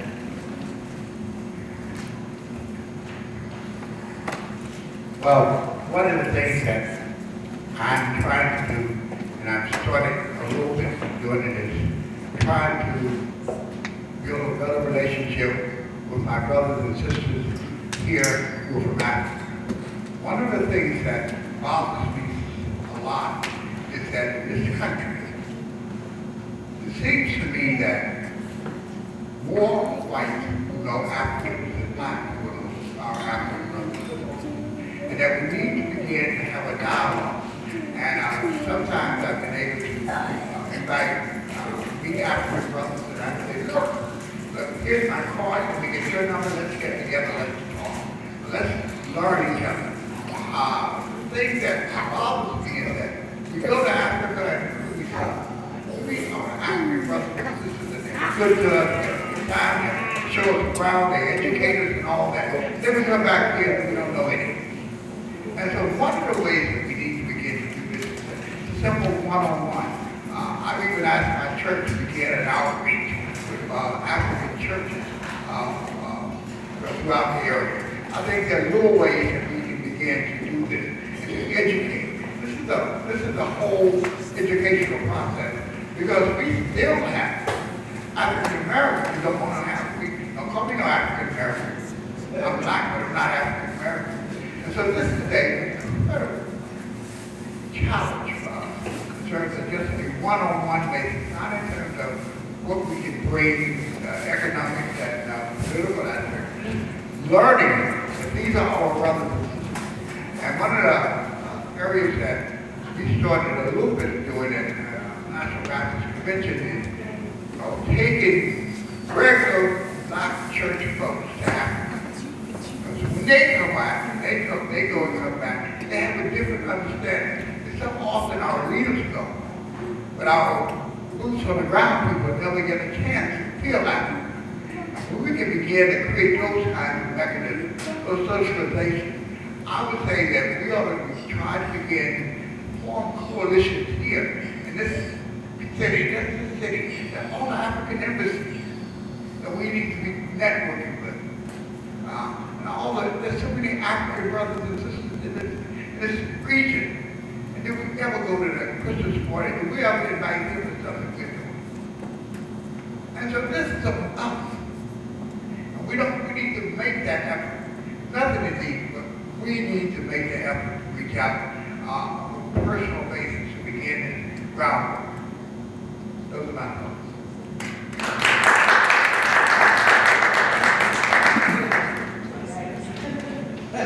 When I was, I retired from the government, 2014, I was the training officer for DI, and I wore many hats there.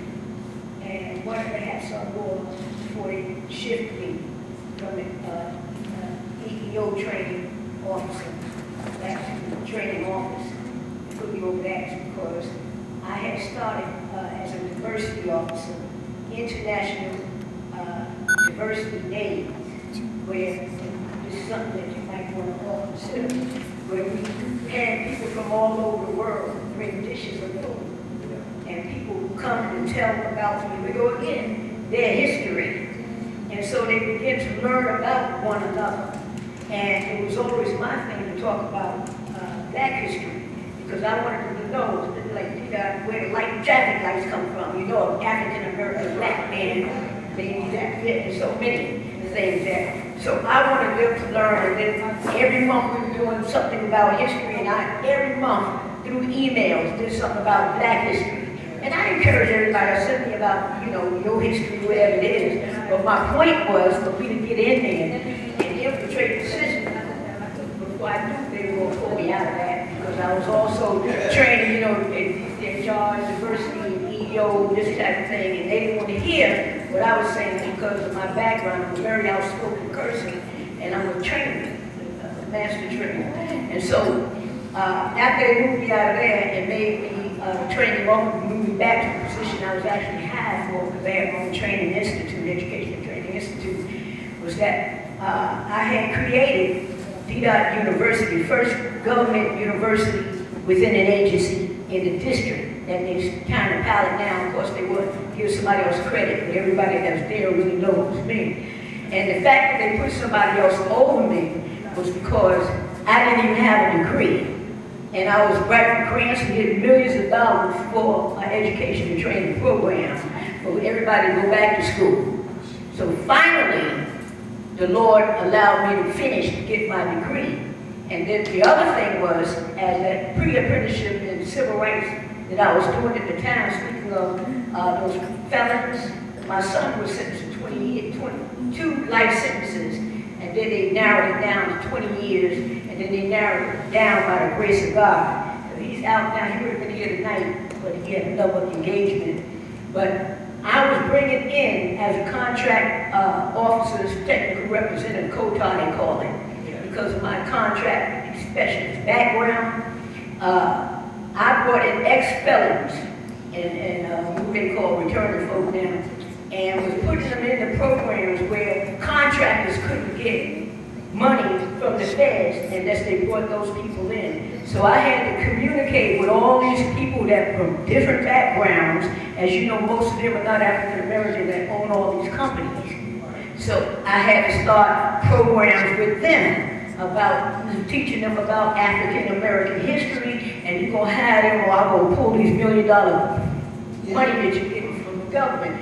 So they moved me from there too. Then I got hit by a tractor trailer. Lord, I got hit by a tractor trailer and had to retire a little early, not when I wanted to. But I'm walking in here tonight by the grace of God, and it's not something I want to continue. The struggle goes on. And I want to say this because there's an informal education and there's a formal education. And the people that I have been reaching are the ones that nobody wants to help. Everybody wants to give scholarships to everybody that's brilliant in school. But they don't want to pull the ones over that nobody want to work with. I was a third foster parent at one time. I still got one of them in my house home here. He's not a kid no more. The court sent him back to me. You know, for whatever. But I'm in a position now, I take in the homeless, I do what I can, I teach them black history, he's Caucasian.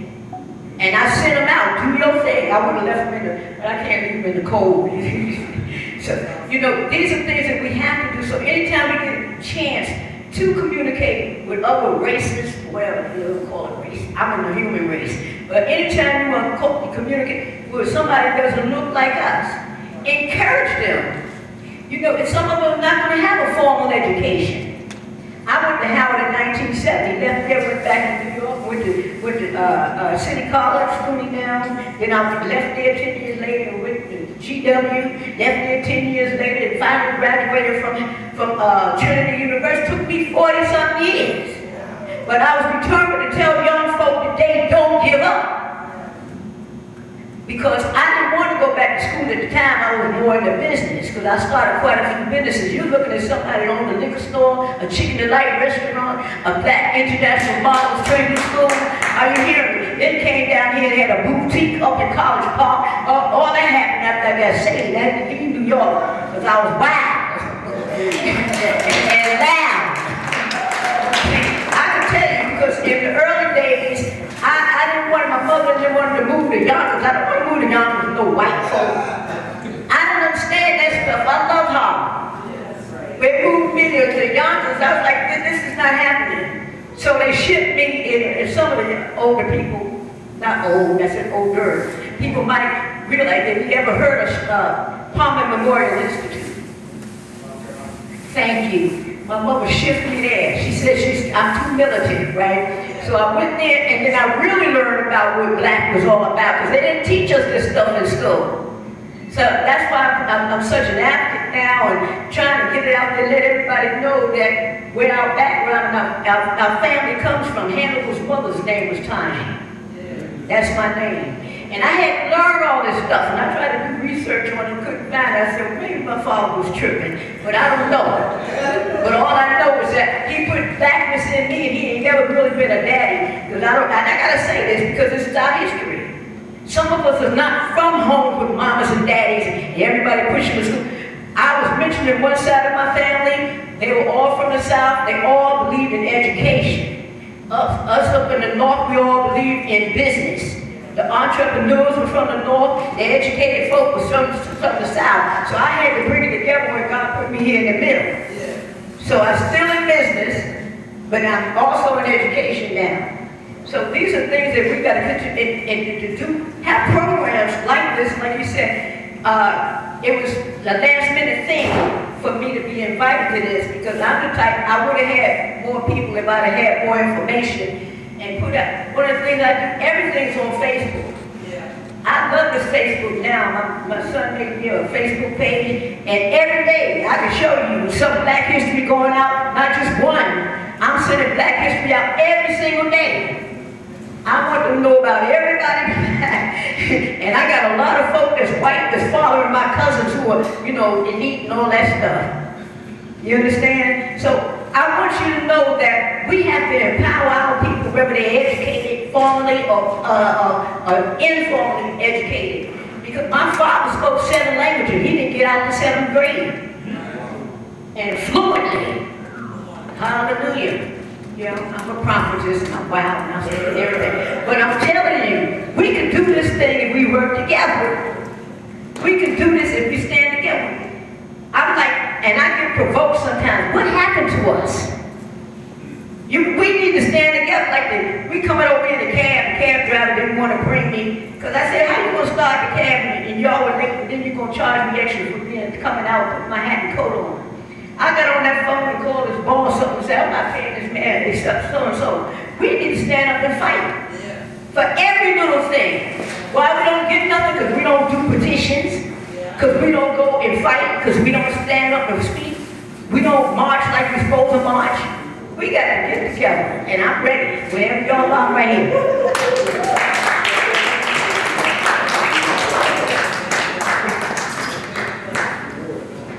To your question, Sam, about international affairs and the diaspora, let me say that first, Black solidarity has been hindered by two things: the rise of nationalism and the rise of the nation state. Right? Now we're no longer Black. I'm Dominican. I'm not Black.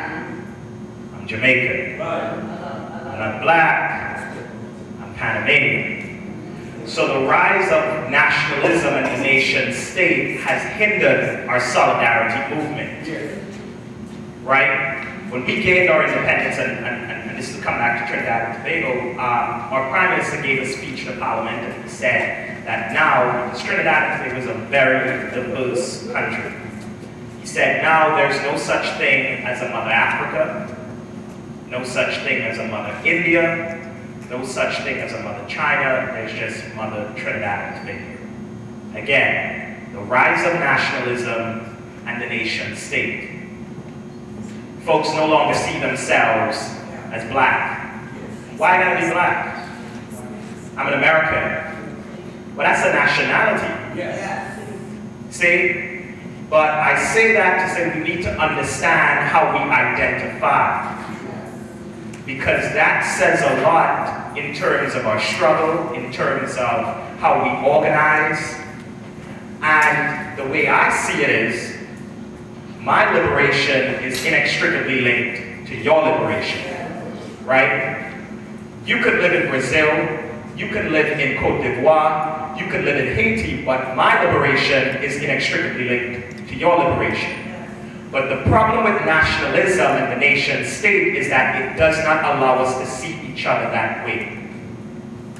Again, even though we got our independence, here's Trinidad and Tobago having a solidarity riot in the 1970s, the Black Power movement. Look at it, it's the only country that had, literally, there were riots. Surrounded the US Embassy and telling them to send back the ambassador. That's solidarity. But oftentimes, solidarity in those forms are hindered because we identify with all these other nationalities and all these other isms, and we don't realize that first and foremost, we're Black. Right? We were Black before we claimed a nationality. We were Black before we claimed any region. We were Black before we claimed anything else. And so that is what we need to go back to. So in terms of the larger perspective, when we talk about international affairs, when we talk about the African diaspora, when we talk about solidarity movements, that is what the OAU, the Organization of African Unity, was trying to do. We are split. We were scattered all over this planet. But we can unite on issues that impact our community. But the rise of nationalism and nation states has hindered that. Find me one Dominican that calls themselves Black and not Dominican. Right?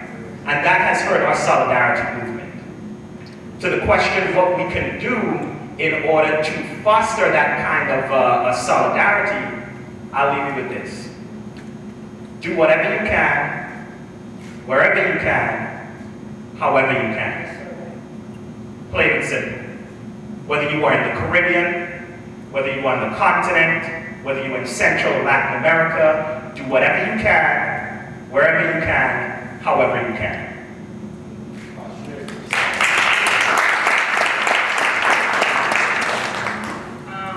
I think to speak about Africans and African Americans,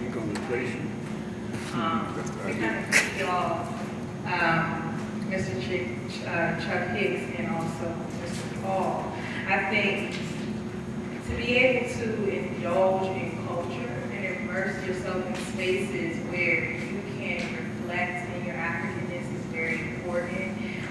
Joining spaces where you can figure out who you were, who your ancestors were, what your culture was about. If that's going to Apio's or West African restaurant or wherever you can go, I think that, just what Gabriel was saying is wherever you are, if it's not for Black people, it's not reflective of Black people, then what are you doing? And I think for me, by being African American and deconstructing and having history was enough. So I went to Ethiopia last November. And I had to get the money. I had to go. I had to experience what it felt to be on the soil. And I think that to be able to go there granted me opportunities to now have relationships going back and forth with Ethiopia here. So now I'm organizing with people in Ethiopia, and I'm organizing with people here, and now we're trying to bring solidarity to, how we can, really liberate ourselves. And I think that, you gotta, I think that we have a lot of deconstruction going. For me, being a Black American, being Black and being African are three different things. Being Black is so much of a metaphysical aspect for me, so much more deeper than the construct that the consensus that they make here in America for us. Even though we should be, it calls for a political stance, and it calls for us to be in a position where we understand politically what it means to be Black, and the consensus of what it means to be Black in America. For those people that oppress me, being Black means so much more than just what I check on a consensus or where I can politically stand or move. So what I consistently do is immerse myself in the culture, somehow trying to figure out languages or food or putting myself in those places, and I think that we have to go back. We have to want to go back to Africa. And we all need to want to go back there and experience it, or experience any place in diaspora that reflects us. And so, honestly, I didn't think nothing of it when the opportunity came to go to Africa. I was like, I don't know, it's $3,000. I had no choice.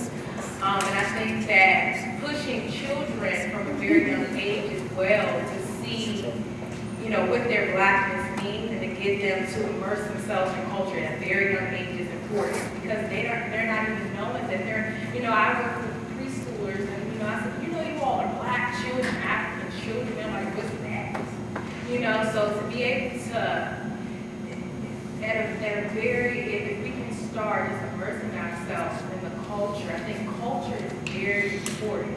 Languages, food, all of that. Just keep immersing ourselves in spaces, connect with different embassies, African embassies around. Just like Mr. Paul said, one conversation at a time, speaking to Native Africans, speaking to them about, what it means to be Black, having these conversations and really bringing us together in spaces like this is very important.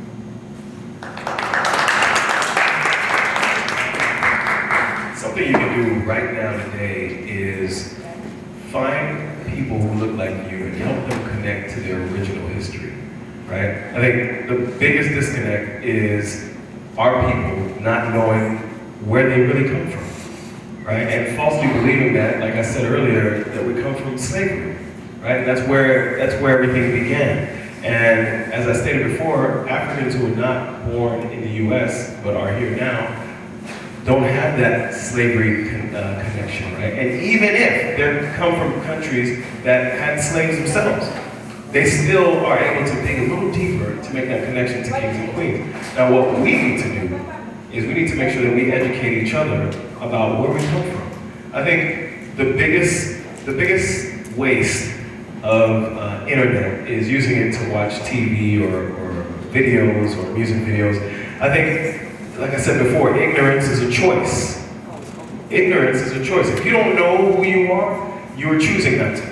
And I think that we need to encourage people to use the internet for more than just watching videos, for more than just, social media. And if you are using it for that, at least use 10% of it to share good information about who you are. Right? And I know that I have thousands of followers, thousands of friends, and sometimes it's difficult, and it makes my white counterparts uncomfortable when I'm comfortable with my blackness. But I tell them to get comfortable with being uncomfortable, because I'm proud of who I am. Right? Yeah.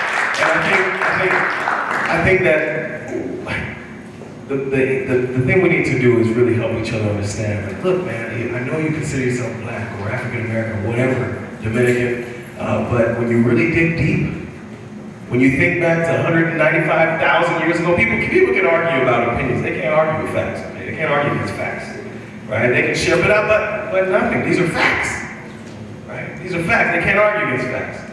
And if you help someone get a little closer to their African heritage, that's breaking so many chains. It's breaking so many chains. I'm telling you, especially children. I mean, I think it's atrocious that these black children don't know that they come from kings and queens. That's where it starts. That's where it starts. And we're allowing at a young age, 5 years old, first grade kindergarten, and now with Head Start even earlier, 3, 4, 5, we're allowing them to infiltrate the central processing units of our children, right? Now, I'm not saying there's nothing wrong with allowing that programming, but you just need to juxtapose that programming with your own programs, right? Otherwise, you have zero control over how that program or that CPU works. Y'all get this analogy? Yeah. Right? So if you really want to make a change, start downloading programs that are going to make a difference. Start helping people, no matter who you are or where you come from, right? Start helping them understand that their heritage began with Africa, right? You're African first, and then everything else, right? You're African first, and then everything else. And then help them understand who comes from Africa and the type of people that comes from Africa. And I tell you, the system is so amazing that it forces us to falsely believe that, hey, no matter how bad you have it here as black folks, don't go anywhere else because it's worse. Isn't that the messaging, right? A lot of people want to go to Africa, but we start thinking, oh man, God, I don't want to live in a tent, and I don't want to live next to a giraffe. I don't want to, which is ridiculous. But that's the image that we, black Americans, have about anywhere abroad, right? Which shouldn't be that way, because you now have internet access to pull up pictures, to pull up history about this place. You can no longer use an excuse that, I've never been to Africa, I don't know.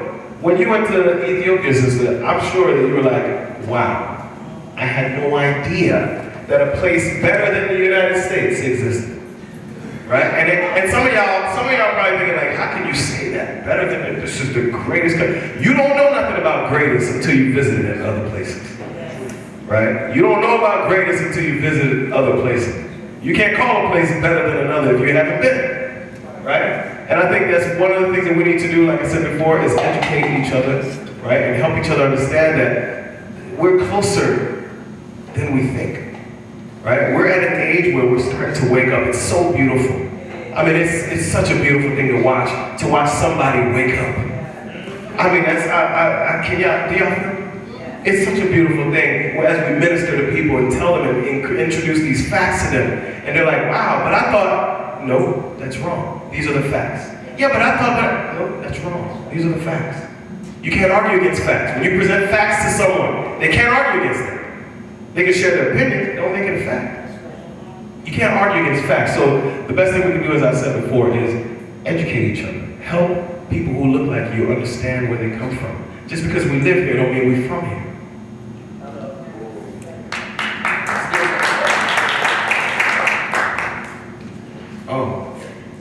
Let's give them another hand for that. Beautiful responses. We had a whole cadre of responses. People just really pouring their hearts out and really giving us the blueprint for what we need to do. Before we go on, I'm going to ask How much time do we have for one more question before we get to the audience?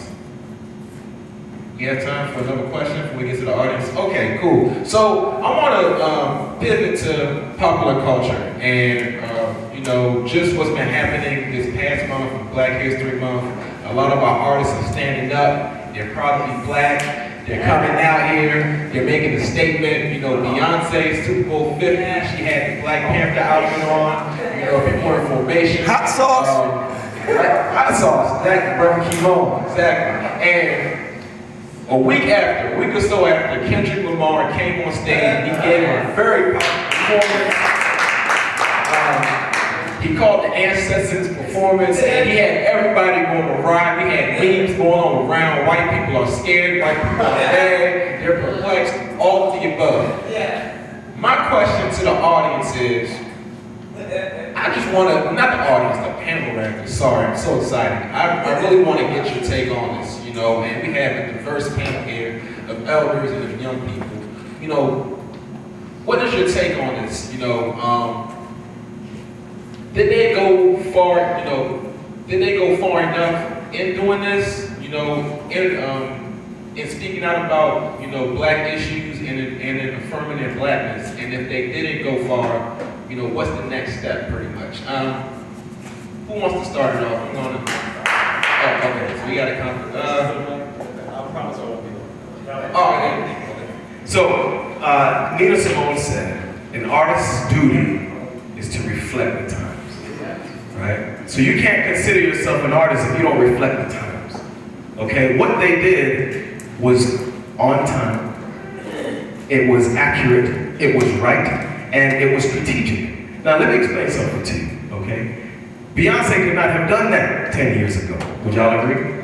She wouldn't be Beyonce, okay? No, I'm just telling you. Now you get the mic next. So Beyonce, I don't believe Beyonce could have done that because the influence that she has now, right? The power that she has that comes from that influence and the wealth that she's been able to amass and the group that she's been able to assimilate into means that it was the right time and she has not much to lose. The problem comes from this. I had a colleague tell me recently, said, Joe, Beyonce, that wasn't her role, right? Kendrick, they're artists, man. That's not what they're supposed to do. Like, it's ruining their money, so on and so forth. I said, man, you're thinking about the wrong thing. I said, first of all, if you are an artist and you look like me and you have a platform where you can influence others, it is your obligation to use it to bring light to the atrocities that's happening to your people. You are required. We're not hoping that you do this. He said, but yeah, man, but it takes money. I said, you know what, let's tell that to Harriet Tubman. Did she come from a $500 million estate?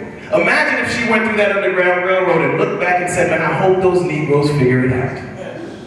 I said, that's basically the message that you're telling to artists who have an influence, who has a platform, that they need to share this information. Listen, if you are an artist and you don't reflect the times, you can't call yourself an artist. You understand? You are a hoe being pimped, is what you are. You don't even control your messaging. You understand? You don't even control that. There's power in controlling your message. There's power in embracing your blackness and forcing people to accept it. There's power because they force us to accept their racism. They force us to accept their culture. They even steal ours, rename it something else, and call it their own. I said I wouldn't take too long, I promise. But like I said before, more artists need to do this. There was a time when that's what artists did. That's just what you did. And yeah, maybe you couldn't march, but you wrote a check and you showed up, you may have opened the march, you may have spoken it. That's what you're supposed to do, right? These cancerous artists who are spreading garbage to these impressionable young minds, those are the ones that need to go. Those are the ones that need to go. But we have to understand that there's strings on a puppet. And you have to navigate the system for a while until you can amass influence and you can amass a platform that people are going to listen. If Beyonce had done it 10 years ago, we wouldn't have as many ears. And guess what? She might not have had the platform of a Super Bowl. Do you understand what I'm saying? Right? These things have to be strategic. When we speak out, it has to be strategic. It has to be strategic. So, did they go overboard? Absolutely not. They haven't done enough. We need to do more. That's all I have to say. Thank you.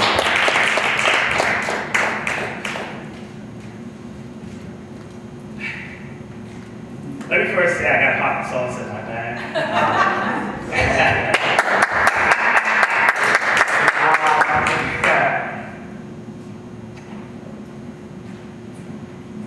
Follow along with me if you know the words to this, right? Strange fruit on the what? Populous tree. Blood on the leaves, right? We all know what they were talking about. Okay? Similar to Bob Marley, similar to Nina Simone, similar to all these artists who have not only made a living from their art, but also conveying the pain and the realities of a lot of black people. Okay? I think, I completely agree with the brother. I do think it is, artists have a fiduciary responsibility to convey our pain, to talk about our community, and that's something that rap has always done since its inception, right? That is something that a lot of genres have been doing. This is not new, this is not an anomaly. Beyonce's formation is not something like, whoa. So all these thick pieces that I was looking at when the video dropped, I'm like, y'all might think about Nina Simone? Strange fruit? Exactly. This is not an anomaly. People have done this before. And so in continuing with that, Kendrick Lamar, who I think is a gifted lyricist and one of the best conscious rappers of our time. Hello. Mr. Lamar. But Kendrick Lamar, Beyonce, Erykah Badu, and others have used their platform, have used that influence to convey that message and that plight so that more folks are aware of it. It is not an anomaly. Where I slightly differ with brothers that Beyonce couldn't have done this before. When Nina Simone started her career early, she was singing about, these stuff. At the height of her career, she was also singing about Mississippi Goddamn. I mean, all right, call and respond. Say it. Mississippi Goddamn. So this is not new. Beyonce could have done this at any point. However, I do think she was certainly strategic in using her platform to put out that video now where you're discussing New Orleans. You don't remember what happened there. We're discussing just, the general dehumanization and criminalization of black skin. She was talking about police brutality. All of this, and claiming her blackness, right? I got hot sauce in the bag. I love my afro. I love my Jackson 5 nostrils. So it is not new. Bob Marley, before he became big, and even when he became big, was talking about black liberation. And white folks were queuing up to purchase his tickets. So there's never a right time to convey the message of our community. You can do that at any point. And so while I agree with the brother, where I do differ is that she could have done this a long time ago. But I do agree with him that we have to continue this and we can take this further. Art imitates life. How many of you all heard Minority Report from Jay-Z? Anybody heard that? Listen to it. He was talking about things that are taking place right now. That's prophetic. That you can talk about something that is taking place right now within our community and using that medium to convey that message. Every single thing that we put out, every music, it reflects, it keeps a pulse in our community, what's going on, where we stand, political issues, social issues, economic issues, and there's always a right time to use that medium to let the rest of the world know, listen, this is the shit that's going on.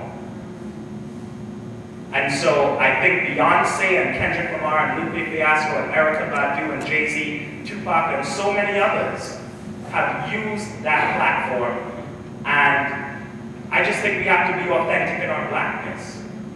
Stop subscribing to respectability politics, right? If I put this out, I don't know if people will like it. I'm the damn what people think. Stop subscribing to respectability politics when it comes to our liberation. Bob Marley didn't do it, Nina Simone didn't do it, and so many other artists have not done it.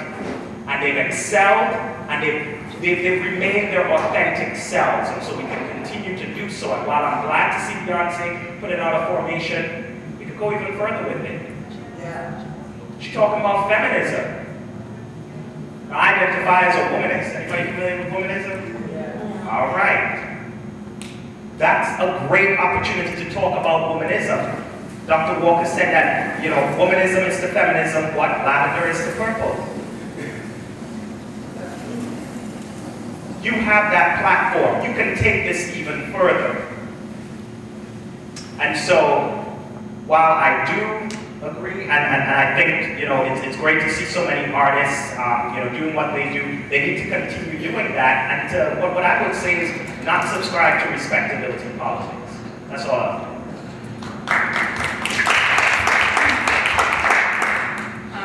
So I work with a lot of youth, and I found myself nay-naying and doing all this whipping, and so I come from a very musically inclined family. My mom, I was Frankie Beverly and Earth, Wind and Fire. Like, the music was very important in my home, and I think that we do study Africa. We study all the music that comes, all variations of it, of our music from back at home. But I went to a Frankie Beverly concert for my 24th birthday with my dad, and the spirit that was roaming that room was powerful. Black people immersed in love. And so working with youth, right? So I do this club called Sister Action, Sister Strength. And so the first thing they say on Monday is Beyonce formation. So I'm like, all right, well, we are music. It's very powerful words, it's manifestations that are happening. And so we have to be alert about what we're holding our energy to, what we are giving our energies to. So when my children are running around formation, well, let's deconstruct.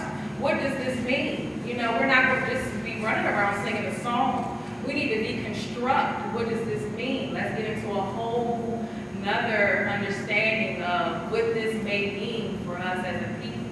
I think that music has always put me in a place, like it evokes emotions, it provokes you, movement is powerful. That's what music does, it moves you to the next place. And so I think that what I'm noticing with youth is they do listen to a lot of course, low vibrating music that allows them to move in a way that they may not understand in their identity what they're doing.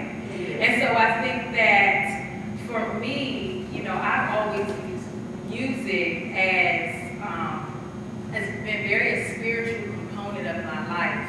I've always danced, I've always sang, I've always been in a place where movement brings spirit. And I think that, yes, Beyonce is bringing formation and Kendrick is, but us as a people are the ones that are soaking it up. We're soaking it up, we're giving our energies to it. And I think that that's very powerful. And so I think that we need to deconstruct what we're giving our energy to and figure out how we're going to move from that. Because we can sit around talking about, Beyonce finally did it, but what are we going to do now? Now that she has, and it's not about that, what I saw on, social media was a lot of commentary around her. But I think that we need to talk about our energy and what we're giving and how we're going to, if we want to take her concept of formation, and how we're going to deconstruct it and move and continue to move in a life where our energy is used at the most highest vibrational point. And so I come from a line of women that music moves them in a spiritual way that allows them to make change. They use their voices musically to make change. That's what they do.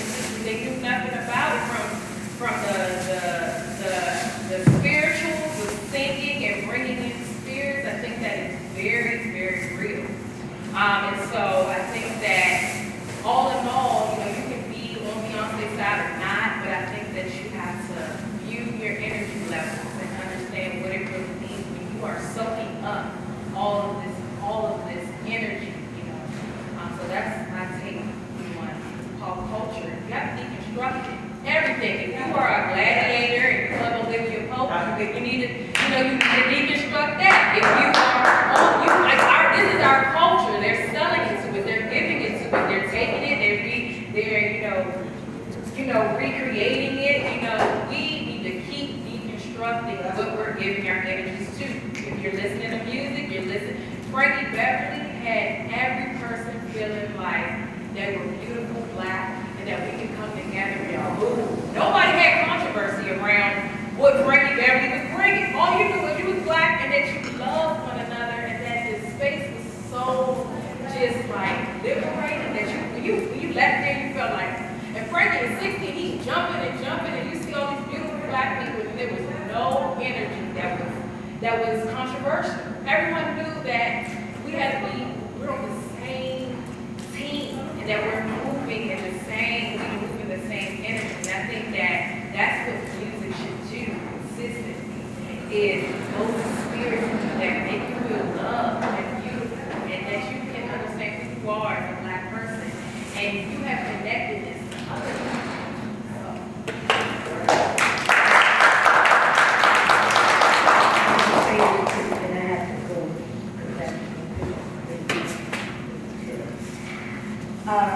Angela Davis, a few years ago,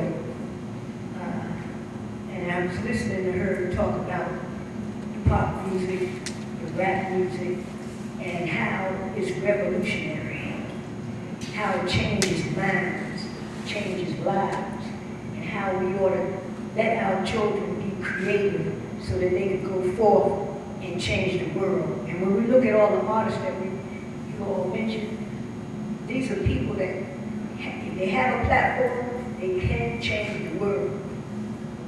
And I believe that they ought to continue to do that, because you have people that are, some of the things I don't want to hear, you know, words and so forth, but they're putting truth out there, and they're making people listen. Music brings us together. Music brings us together. I can't sing. My son's a performing artist. My grandson's a rapper, a 21-year-old. And when I listen to them sometimes, I'm just amazed at some of the words that they sing. You know, I'm like, wow, you know, I'm out doing one thing, they doing another thing another way. And my son's, you know, he's an activist also, so happy. But music is what brings us together, and we need to encourage it, because when we can't speak, we can sing and people will listen.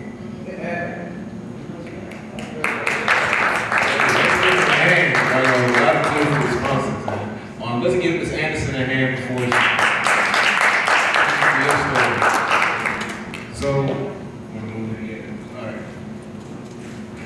So, now to our three panelists. I think this is a perfect opportunity to open it up to audience questions.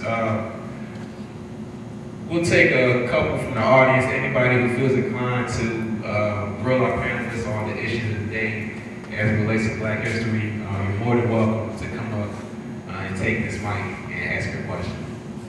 Very curious as to what people are thinking, what's on your mind. Stacy has a question. Let's give Stacy a hand, y'all.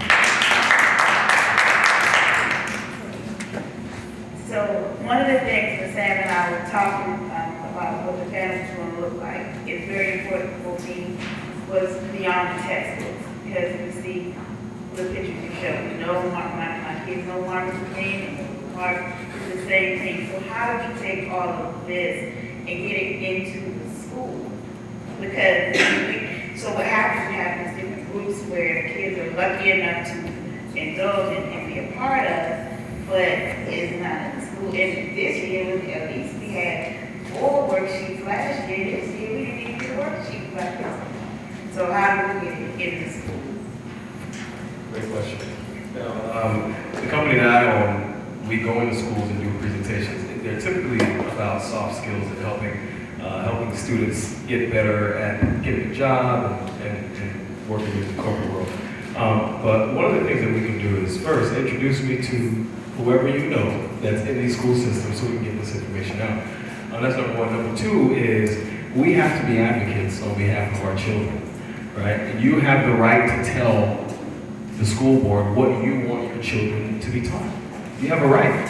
And other people use that right, other people exercise that right, but we don't. We just allow the education system, well, we hope those 8 or 9 hours that they have our children, that they're downloading enough good quality programs into their CPU, and that's not enough. We have to demand this, especially if we already know that this information is out there, we have to demand this. Now, the onus is not on the education system to teach our children about our history.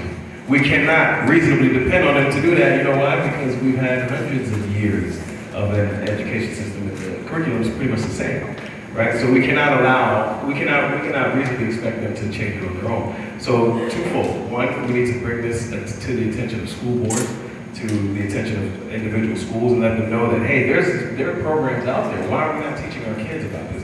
You need to demand that it be taught. The other side of that is you also have the accountability and responsibility to teach your children yourself. There was a time before schools that we taught our children, right? Whether it's great-great-grandparents who were telling them through stories or whatever the case might be, but we took ownership of teaching our children. We need to take that ownership back. I think we do need to demand to have curriculum that reflects us. I also think that we need to take advantage of our outside spaces. Like, for me, I've learned more outside of school. I've always had some type of educational reference outside of school. I was always immersed in some type of space where I was jumping double dutching learning, or I was at a community center. But I think there's a lot of African-centered, Black-centered organizations, and I think that if we can come together in our own spaces and capacities and co-ops and start Saturday schools, where we're writing our own curriculums, start after-school programs, where we're making our own curriculums. Myself, like, I'm taking the knowledge that I'm using from the DC River Crisis Center and learning how to develop curriculum around consent culture to use that as a platform. And now I'm organizing with another Black organization. We're going to start back up the Saturday school that we're having. So I think that if us as Black people, one, if no one else is going to take care of our children but us, we have that responsibility. And two, I think that, as Mr. Paul was saying, that you're going to give us so much in school, and we really do need to come together in co-ops. We need Black businesses to come together as a co-op so they can start funding just other spaces that allows for us, like after-school programs, Saturday school. We need to start getting co-ops of Black people to really use their creative skills and niches to have a more communal aspect and space for children. And that's what I think. I think that a lot of the learning really happens after school. And it needs to get back to that village mentality. And everyone is raising a child. My grandmother did not play that. I respected all elders that were around me, and I was always immersed around elders that taught me something or mentored me. And so I think that if we can get more of an understanding of getting that communal village space back, using, I don't know, if you got a household basement and you can bring in some youth from down the street and bring them into the house, whatever you can possibly do. And it just really starts with just writing. Like Sam himself, he's been touring around DC and and he just wrote a curriculum, a 10-week curriculum, and he's trying to, bring that to community spaces and centers. So I think that we all can, if we can do what we can do right here and now, and really try. I think I'm so, how people would say that I'm radical because I don't trust the system. I really am vouching for a space where Black African people can, and I know for some people it seems like, well, we need white allyship. question, but my thing is black children need to learn how to love each other amongst each other first before they're even thinking about what white people are thinking about them. They need to be learning about how to love themselves in their own spaces without other people kind of projecting or reflecting on, you know what I mean? So I think that we can start off with small Saturday schools, get organizations to come together and see, you know, one thing I'm doing is the Black Lives Matter. There's a black organizing group that's coming together every third Thursday of the month to talk about freedom schools. Like bringing together, like how we, you know what I mean? Like trying to think about what would a freedom school look like? How can we start to connect all the black organizers here in DC first? And then, you know, elaborate and start to build off that. And maybe we can start by talking about how we can find a building and rent a building. And then we already have the people, so all they got to do is write and bring the curriculum. And then all we got to do is just recruit the students. There's a need for people. I mean, I used to work in the resident services where the parents will, you know, drop their kids off. And I think that there's a need for more communal spaces, educational spaces outside of school. So that's my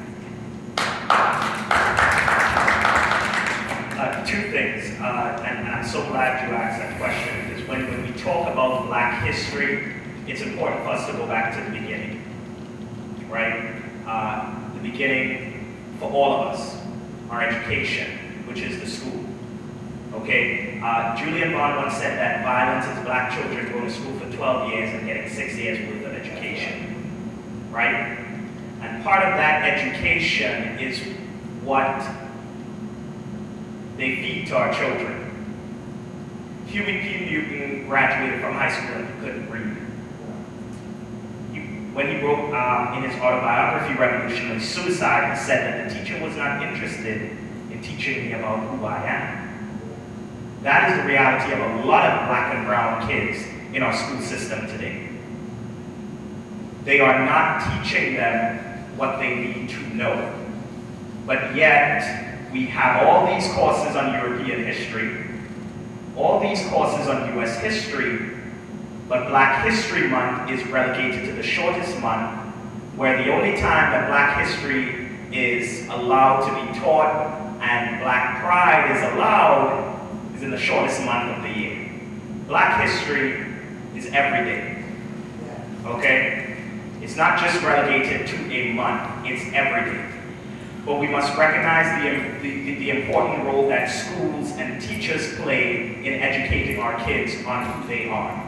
I was fortunate enough, as I mentioned earlier, to have the kind of parents that I have and to grew up where I grew up, Trinidad and Tobago. You're gonna learn about the Haitian Revolution. Brother is Haitian. You forgot to mention that one victory in the slide, right? That's big. The world's first Black Republic, 1804. Yes. Freed slaves. Who said, look, I am willing to die a slave, I'm willing to live a free man rather than to die in chains. That is powerful, that they can claim that type of self-autonomy. And Haiti is still paying for that today. Yes. They're still paying for it. But there's a lot of pride that we must take in these countries. Because Haitian history is Black history. Again, nation state, nationalism. I don't give a shit about Haiti or Haitians. That's Black, in my opinion. Don't tell me about Haiti, I don't know about Haiti. I know Black, that is Black history. What they did was Black, that contributed to Black history. And so you're not hearing about that in the school system. I learned about the Haitian Revolution from C.L.R. James, who was from my country and wrote the Black Jacobins. When he wrote that, they banned the book. It says something that we have a system that intentionally does not want us to become woke, nor our children. If we don't know who we are, we don't know where we're going. And so our education system is very important. We've seen this over the years with a lot of leaders within our community, from Huey P. Newton to others, to Malcolm X. he had to figure out his own blackness while in prison. Because they certainly weren't doing it in the classroom, and so it's important. And to come back to, what I do, which is organizing and a lot of political engagement, your school board of education. So I live in Montgomery County. Valerie Irvin was a former council member. She previously served on the Board of Education. We helped get her elected to the Board of Education, black woman. Then she went on to the council, now she's with Working Families. Now we're working to get another black woman elected to the Board of Education in Montgomery County. It starts that way, not just the PTAs, not just testifying before your school board of education. This is about us finding that talent within our community and promoting that talent and doing what we must to ensure that people who are like-minded, like us, we mentioned that earlier, in this room, are in spaces and in positions of power, because that's how that change. You don't like the curriculums in schools? Who determines those curriculums? It's this white patriarchal educational board that determines what can be taught to our children. But when you change the face of those Board of Educations and it start looking more like the community, you will notice that the curriculum changes. I don't disagree with freedom schools. I don't disagree with after-school programs. We need to do that as well. But again, coming back to what I said earlier, we have to be politically engaged. Politics runs everything, from education to criminal justice reform to police brutality to economic justice to climate change, environmental racism. What's taking place in Flint right now? What is that? Political. Mass incarceration, political. Criminal justice reform, political. Education, political. It all keeps coming back to the political. And so while we do need to, act on some of the suggestions that I've already made, I cannot stress the importance of us being engaged politically and ensuring that we know who our Board of Education candidates are, who our Board of Education members are, and if we're not satisfied with the status quo, as the sister mentioned, quoting Angela Davis, and I'll quote again, if we should no longer be willing to accept the things that we cannot change, but change the things that we cannot accept. We can't accept the fact that the curriculum is not teaching enough and doing due diligence to our kids. Change it. And how do you change that? By supporting candidates that have our best interests at heart, or elevating someone from our community who understands those unique issues to that Board of Education. Thank you. We have another audience question. I don't have a question, I have a statement. Okay. Give you the mic so everyone who's watching can hear you. Thank you. As always, it's a very vigorous conversation. I just want to say that I think that part of this is we need to do, when we talk about waiting for or having corporations, for example, donate money.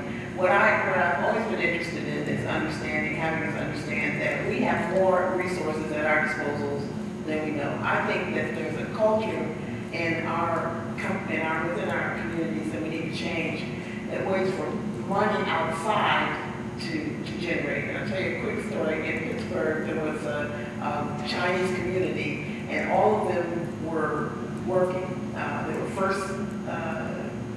first generation, and their kids they couldn't even speak the language. And their kids were going to school, and so what they wanted to do was to figure, and they were at work when they got off of work. There was a YMCA, interestingly enough, that came available, and they were going to level it. They put their money together, they had been saving and put their money together to buy this building for $9,000. So they each agreed, each family, $10 a week, or for what they were earning, they gave it up. They had somebody that comes in and tutor their children, so the children were in a place that they cleaned up, they got together and had it saved, so that they were in a place where they could get help doing their homework. They had activities. The way that it came to the attention of everyone is because all of a sudden these students started to do exceedingly well at school. And so one of the things that I use it as an example of what can be done at the time when the poorest people had no language, didn't know anything, but they decided to pull together. And it's still a challenge for our community. We spend $1 trillion a year, and we still haven't figured out how to get together and to bring together. It isn't just politics, it isn't just education, it isn't just knowing our history, it's all of it. It's all of it. And living, especially being Black people, is a challenge. And it's one we can rise to. But I think we have to figure out how to put all of this together, really and seriously. We're in this 21st century, we've got to figure it out. This is the first time that we've had all the generations sitting around talking about it, not just one generation telling another. And so it's a great time to come to the table and figure out how we can work this out for us together. And that's what I think I'd like to see, because all of you have given us incredible expertise that we haven't done at all. Let's hear it right now for a comment. Sure. You have a question or comment? Okay, perfect. You can wrap up our evening with your prolific comment and questions. I'm looking forward to it. Well, as a person who has worked in the entertainment industry and belonging to the unions, now what's happening with the Academy Awards that has been going on for so long. So I was happy that Jada finally spoke up. Somebody finally spoke up, no matter what the flack that she got for it. Because what she's saying is in fact the truth. If it wasn't, because I saw that film in Will Did, he should have got Idris, the little boy. All of these people should have got some kind of nomination. Let me go back one more. Yeah. When Diana Ross lost that award to Liza Minnelli, I knew then, for sure, if I had any doubt before, that was so blatant in our faces. Yes. But how long ago was that? 20, 30, 40 years? We're still doing the same thing. So what we're saying is and then what Black people are afraid of, to offend the Academy so that they might be affected later on and still be excluded instead of doing their own stuff. Yeah. And watch and see if white people don't come. It's just changing the perspective. So I would like to know from the panel, what do you feel like is a solution to what is happening to the entertainment industry and how they portray us? Solutions. Yeah. Just identifying the strategies towards solutions. Create our own. That's It's that simple. You live in a white supremacist society. The system was set up to perpetuate that.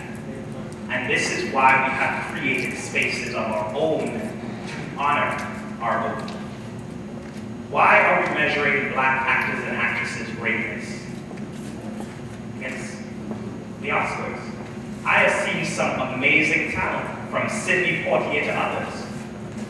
I don't need an Oscars for them to tell me that his performance in The Heat of the Night was damn good. But oftentimes we subscribe to that, and so when we don't get it, we're disappointed, we're angry, and rightly so, but we need to create our own spaces.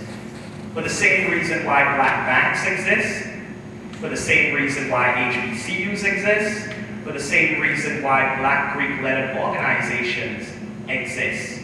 Because they create spaces specifically for them. And oftentimes we try to infiltrate those spaces or assimilate, and they let us know, look, no. So we have to be able to honor our own. I know the NAACP has like the Image Award and some other things like that. Why not have the Oscars? I love it. Why not? Absolutely, we boycott, but what's the alternative? If we're boycotting them, what's the alternative to the Oscars? Boycotting is one thing, I'm not disagreeing with that, but what are we doing to honor the talent within our community? Why are we waiting for other people to honor and to give accolades to our people? Let's honor them ourselves. Well, that's what we do that. We do. But we don't do it for film. Let's do it on a grand scale. Oscars. You heard it here first. I just think it needs to be a better mechanism for disseminating all the wonderful information that you have. I mean, I'm an advocate for cancer care. And there's disparities Mike. We've been identifying disparities all over. But Please repeat it. I'm a cancer advocate, and I'm mostly drawn to the desperate communities, you know, because there is Cadillac care, and then there's the other care for the less fortunate. But it is about, these people are uneducated about what is available. They're dealing with all sorts of social issues in their communities.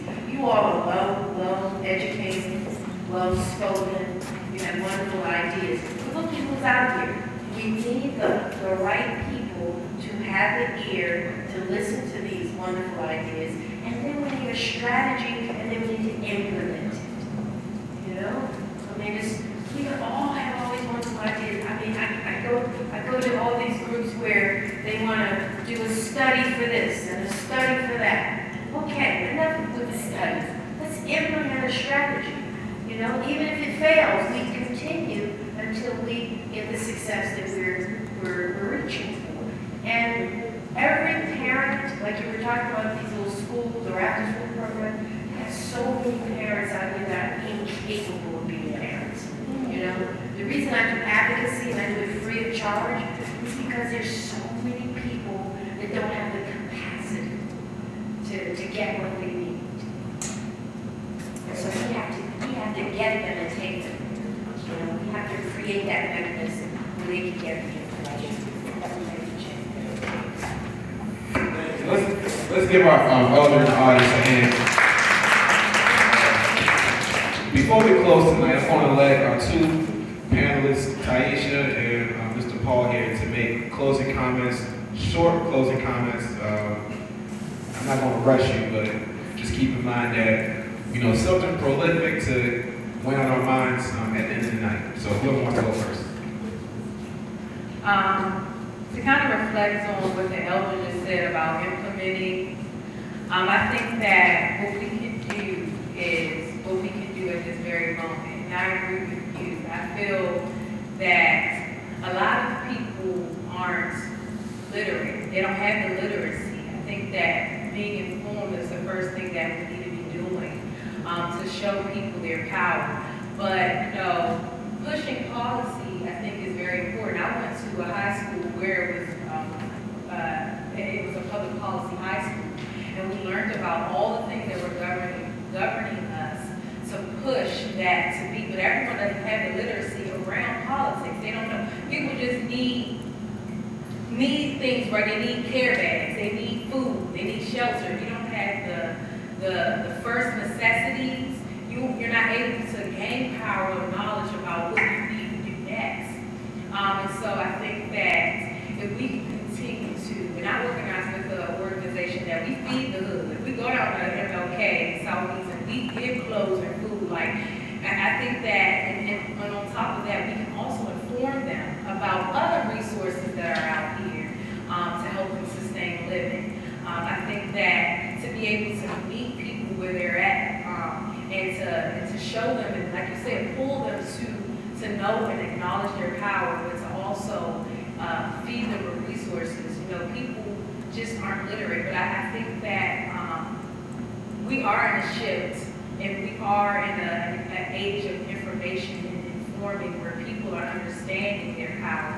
I think that if you have an idea, like this woman said about entertainment, just do it. Like, you know, for me, it's not enough.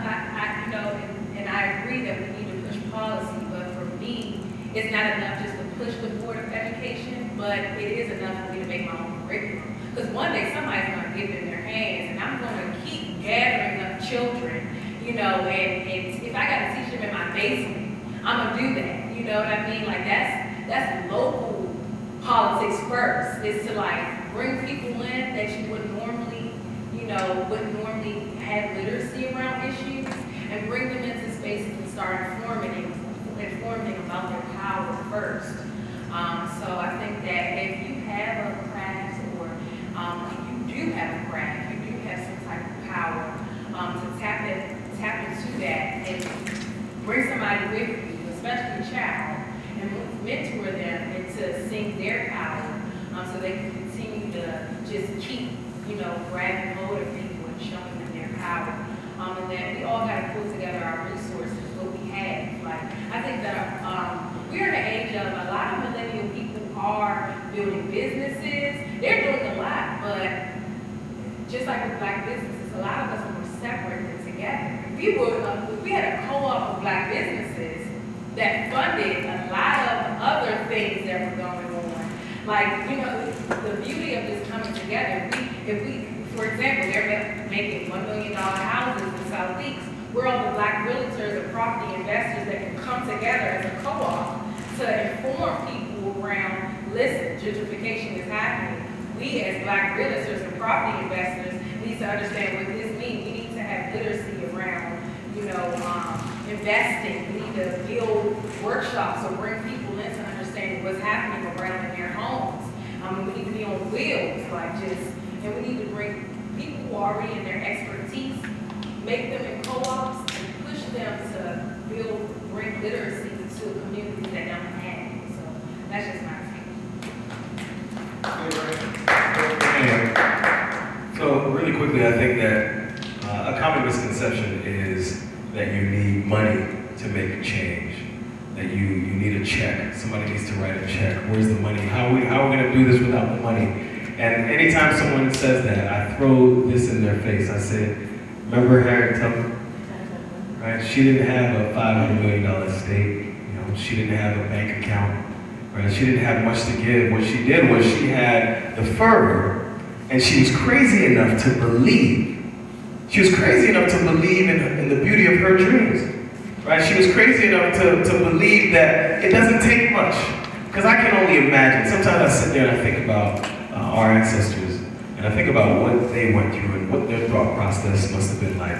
Right before they either sat on a bus or before they looked back and across a 300-mile stretch, longer even, to help people get to slavery, get free from slavery. But sometimes I wonder, what were they going through? What were their mindsets like? And then I understand that they had close to nothing, but they were still able to make a difference. And I think that if you don't take anything else from this conversation that we've had, is to the understanding that all it takes is one person sometimes to start a movement. All it takes is one person to make a difference. You don't need all the money in the world. You may not even, sometimes when you start a movement, you don't even realize how many people are behind you until you turn around. Right? And all we're doing is we're waiting for someone to stand up. We're waiting for someone to stand up and take the cross and walk with it. The problem is getting over the fear of what they did to our ancestors who stood up and spoke. We need to get over that fear and understand that, listen, in order to see any change, you have to go through three things: blood, sweat, and tears. All right? The American Revolution happened because there are some guys who were here that just wouldn't put up with the Brits. Right? So what did they do? They bled and they fought for their freedom. And it's unreasonable for a person of African descent who lives in the United States to believe that we can have any change without those three things: blood, sweat, and tears. You cannot ask for a seat at the table. And even if you ask for a seat at the table and you get a seat at the table, don't mean you're going to have a plate. That's all I have to say, ladies and gentlemen. Very good notes to end on. Let's give our panel a hand. Let's give them a big hand, y'all. Thanks to those of y'all who stayed behind. Quick announcements. 3 quick announcements. We have food in the back. So please walk in the back and get your plate. Courtesy of the Thurgood Marshall Center truck. This time of year, Wood, thank you for that. And other additional announcements, we have an event at Sankofa Video Books and Cafe tomorrow night. All eyes on DDC and Night of News and Music. 8 p.m. to 10 p.m. at Sankofa Video Books and Cafe. Next Wednesday, on the 24th here, we also have a discussion. It's called the Know the Law Lecture Series, Social Justice Street Law 101, and that's presented by none other than Bernard C. Coleman, Jr. He's a lawyer in the area. That's between 4 p.m. and 7 p.m. on Wednesday, February 24th, 2016. So next Wednesday between 4 and 6 in this same place. We hope to see you there. Do you have a list about the one for tomorrow? What was that one?